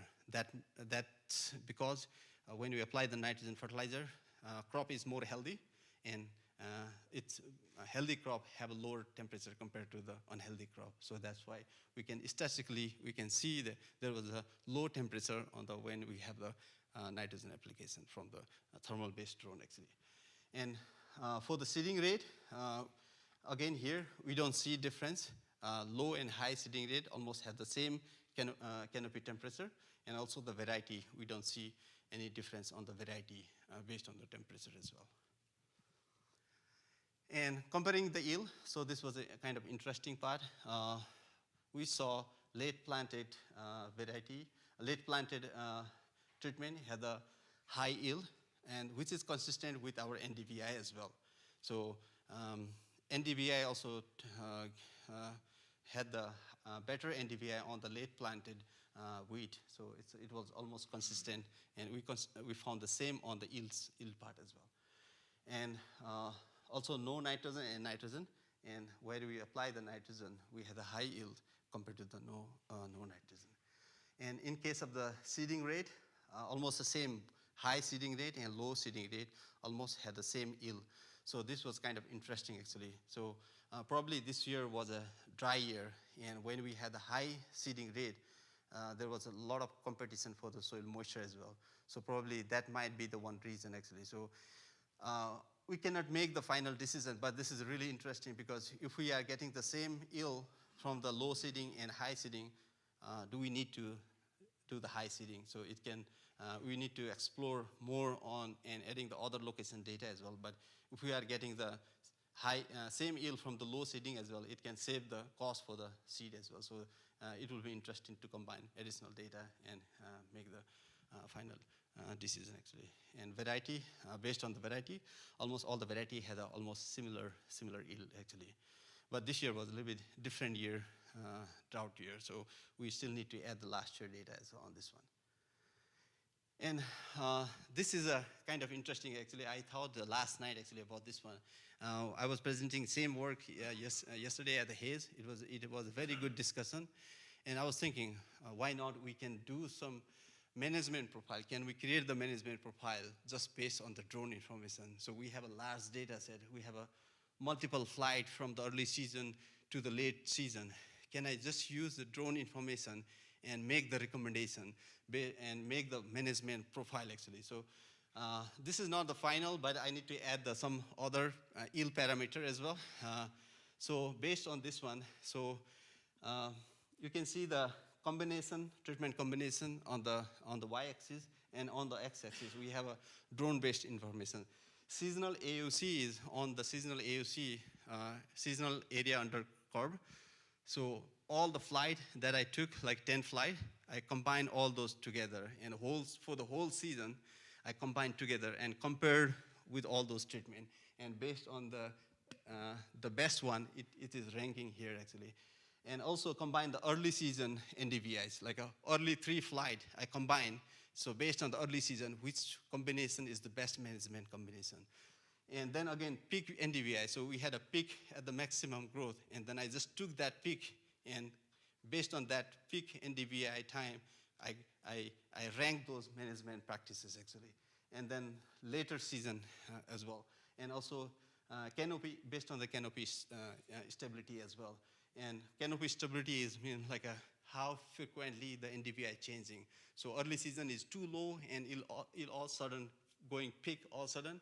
So that is less stable treatment actually. So based on that as well, we ranked.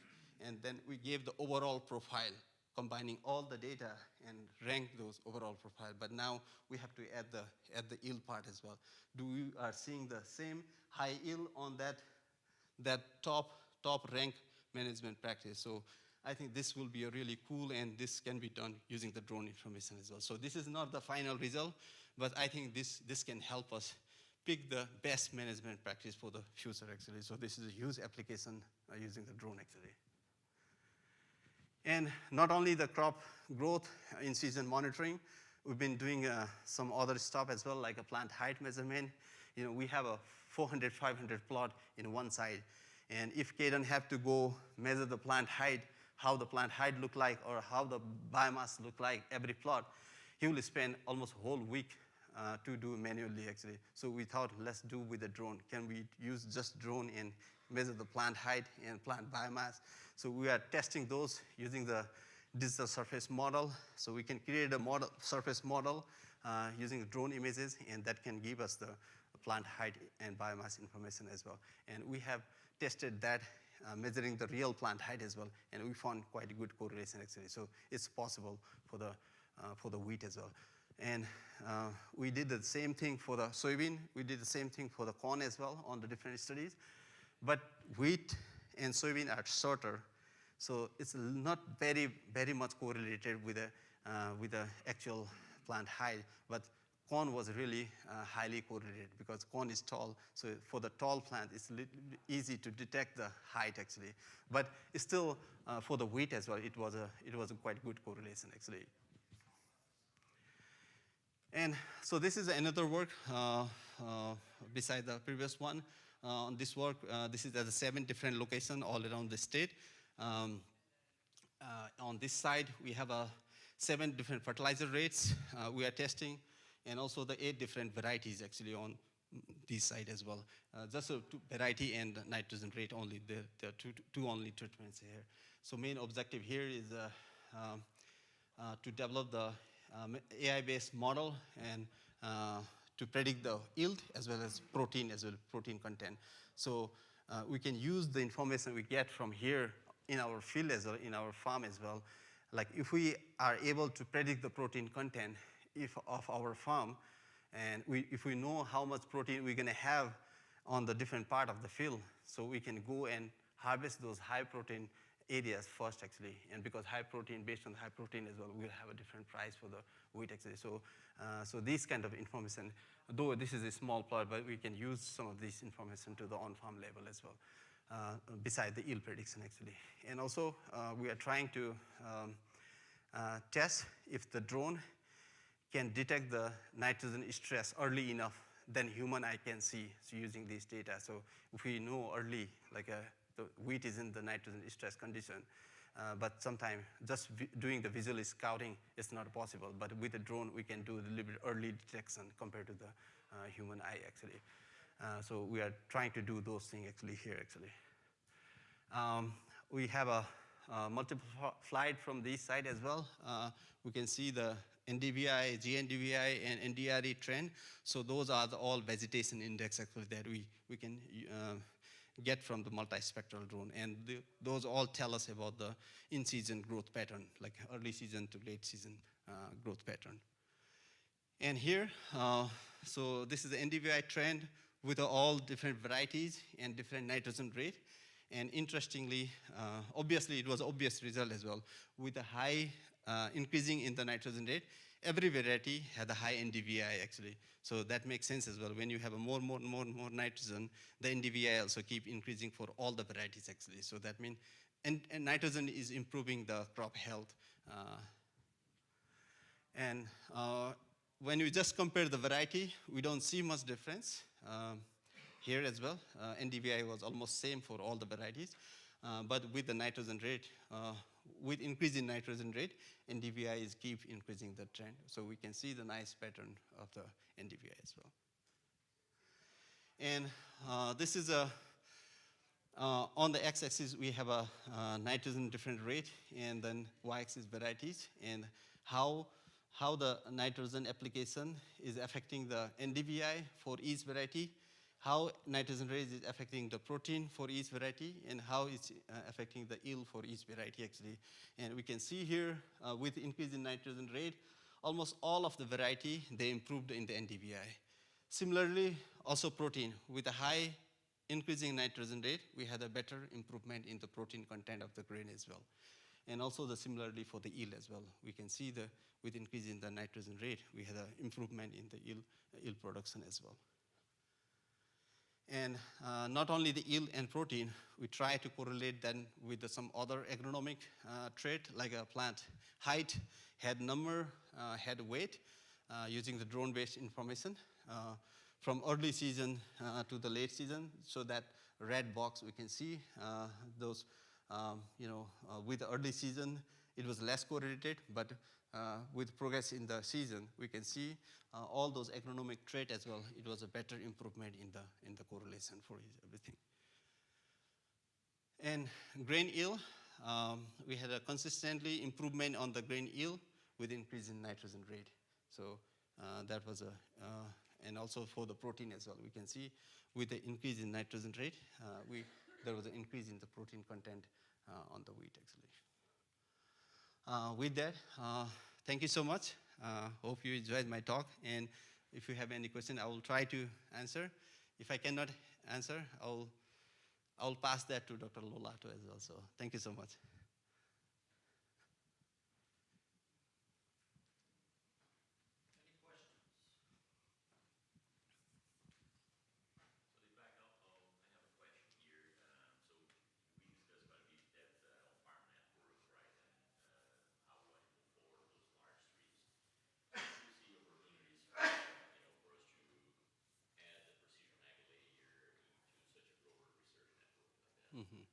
Yeah, thank you so much for the question. Yeah, that's a great question actually.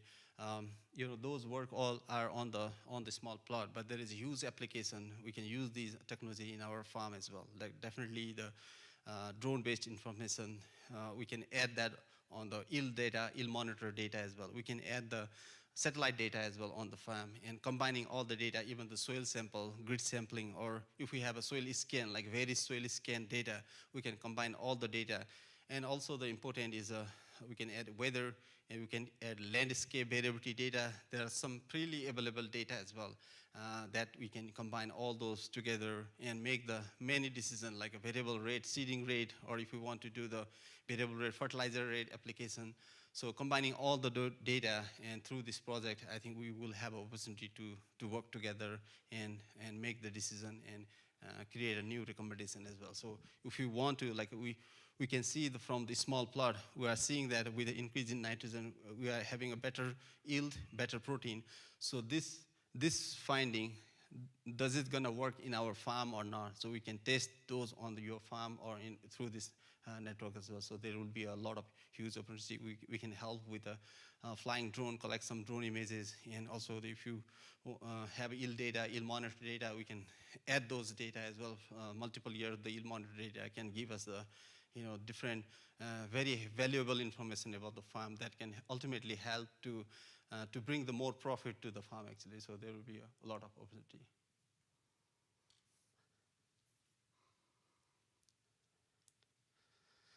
All right, thank you so much. I will be around if you have more questions, so I'll be happy to discuss as well. Thank you. Okay, thank you.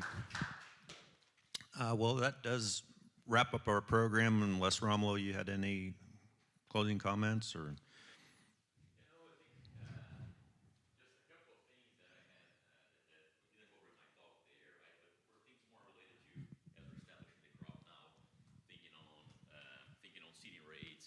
Fertility and whatnot, right? So it was just some general comments, right, to be paying attention to, especially this year. Seed size, right? I think that's going to be important. As we saw, all of those pre-harvest rains and everything that happened during the end of the wheat season, right? I think that there were some issues with parts of the state with seed quality out there. So for saving seed this year, very important to be aware of that. And then at the same time, I heard from growers who were actually harvesting 64-pound test weight with 12+% protein. So it was kind of like lots of pockets, right? So just paying attention to seed size, I think there's an importance there. We have a lot of research showing that starting with a high quality seed makes a difference in your final product there. And so we've done some research over 30 site years across the state that overall showed that you can gain up to about 3 or plus bushels per acre on a 60 bushel environment, right? So there's a 5+% gain just from improving your seed size, right? And that's in seed that was good quality to start with. So just did, okay, we have a good quality seed, but just without any cleaning or anything, right? And then if we do a seed cleaning on that, on the air screen, that was bumping up about a bushel and a half or so in our yield potential. Another cleaning on the gravity table, another bushel and a half or so. So again, just be paying attention to seed quality this year. Seed size as well. If you go from 17,000 seeds per pound to about 12,000 seeds per pound, so which this is this is a range that we can see out there on the different varieties and different seed lots, right?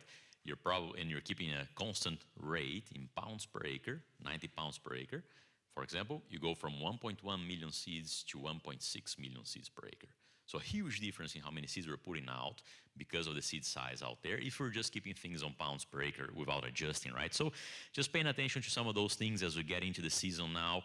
A couple of comments on in-furrow-phosphorus fertilizer that I had as well. I think 3 situations that for me they're like money on the bank is if you're grazing wheat, in-furrow-phos, really kind of money on the bank.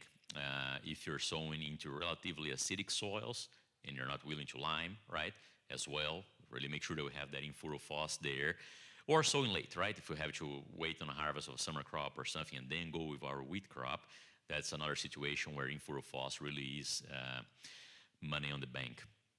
Regarding population that we're kind of shooting for, a lot of our research shows that 900,000 emergent plants per acre very consistently gets us to where we need to be. If you want to be a little bit safer, you look at your seed germination percentage and whatnot, but 1.1, 1.2 million seeds per acre out there on a normal planting date really kind of gets where we want to be. If you're pushing planting dates later, research shows that, again, increasing those seeding rates is worth it as well, especially, again, if you're pushing those seeding rates to a later date out there.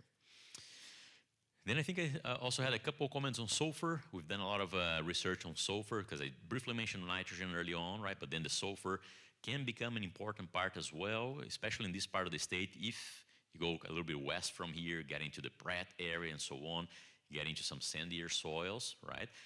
Those conditions of sandier soils, low organic matter, you really can have a huge response to sulfur fertilization in wheat. Wheat does not require a lot of sulfur. The crop really takes up maybe 10 pounds of sulfur per acre and can reach an 80 bushel potential, right? So it doesn't require a lot that it takes up, but it does, if it is deficient, it will really cause a new drag out there. So a lot of our previous research has shown that if you're in a sulfur deficient situation, doesn't matter how much nitrogen you put out, you have a flat response, right? Really no yield gain to your nitrogen if you're in a sulfur deficient situation.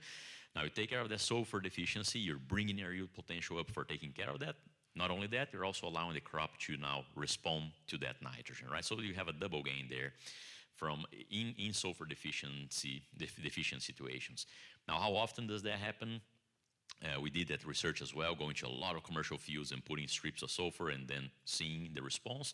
About a third of the times, kind of in the wheat growing region of the state, more towards that south central Kansas as compared to as you go further west, for example, right? So again, it's out there. About a third of the times or so, we can find a significant yield bump from that sulfur fertilizer. On average, across 20 plus trials, on the third of trials that responded was about 6.5 bushels per acre or so that we were gaining over our baseline. But in some cases where the sulfur deficiency was extreme and we had a good yield potential, it was north of 15 or 20 bushels per acre that we're getting from putting out 20 units of sulfur, right? So just a few things that I had towards the end of my presentation there that, you know, since we're going into the season now, we're making all of these decisions, kind of important for us to take in mind. And of course, Kelsey mentioned variety selection, right? We didn't talk about these because on these Wheat Rx meetings, we never know where you're all coming from, and variety selection is very specific, right? But Jeff, he was here earlier. They run a very detailed replicated demonstration trials with wheat varieties in South Central Kansas, 7 or 8 locations out there. That's good data to take a look at and see how varieties were handling this last season. So definitely a very important decision there, especially as we go into the season and trying to maybe save some money on disease management and other things. So I think, Aaron, I just had some general comments. I think that, you know, just a few fresh reminders there on seeding rate, in-furrow fertility, sulfur fertilization, and so on. On the sulfur end, I very often get asked about timing as well of that, right? If we're putting it in furrow, the crop is going to take up what you're putting there, unless you're putting elemental sulfur, right? That's going to be just available next season. But if you're putting a sulfate type of source, it's going to be available and be taken up. You may have the issue of not being able to put enough in the furrow, right? So if you're going to broadcast, ideally you'd come back together with your nitrogen fertilization sometime around spring green up or so, because that's really when crop takes off in terms of growth, and so the demand for nitrogen and the demand for sulfur really pick up about that point in time as well. But that's it, Aaron. I don't want to keep you guys any longer here. Any questions, anything that maybe we didn't touch on? Yes? Made me think of the elemental sulfur. If you apply it right now, would it help that wheat plant next April, May? That's a good question. So a lot of the research on elemental sulfur suggests at least a year or more that you need until it's actually available, right? So if you don't have an immediate need and you're fertilizing for the system, it's going to be available for your production system eventually, right? But if you have an immediate deficiency now, it's not going to solve it. Yeah. So if your field is deficient now, you want some sort of a sulfate source that is going to be available right away. Yeah. And probably you might not need too much now again. If you're putting some sulfur that is going to be with your seed, like mass or something like this in furrow, gets you by the winter fine, and then probably the bulk of it will come back in the spring with your UAN, just with some thiosol there or something along these lines. Yeah. But it will take a good year or so for that elemental sulfur to be available.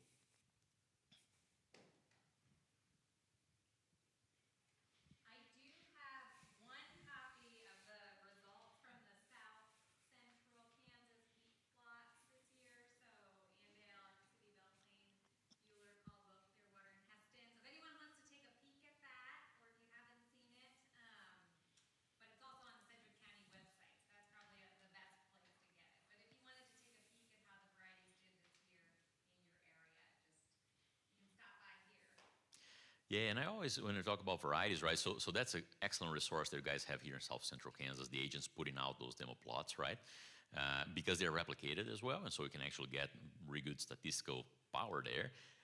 There is a website, it's called RamWheatDB, that's like hosted out of Colorado State, and right now that's the best flexible tool that you have to look at variety performance in the Great Plains region, right? So you can go in there and you just filter, okay, South Central Kansas, might be close enough to the Oklahoma border, so I'm gonna bring some North Central Oklahoma data in here as well.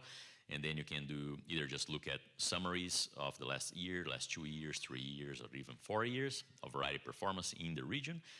And you can do head-to-head comparisons as well. So for example, I'm planting double stop, just giving an example there.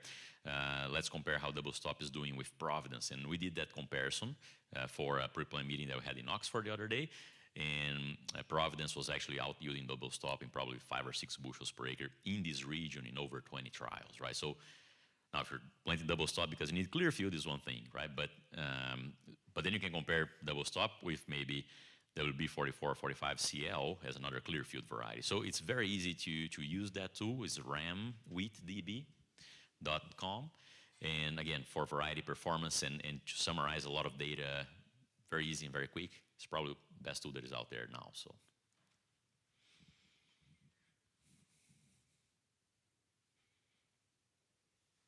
All right. Well, thank you. Yeah, thank you, Romulo. Thanks to all of our speakers today. Thank you for attending. Again, if you want to learn more about this NFWF grant, National Fish and Wildlife, just watch our information or talk to Ted after this, and talk to Romulo about the farmer network he's been speaking about. So thank you very much. Have a safe trip home. Thank you.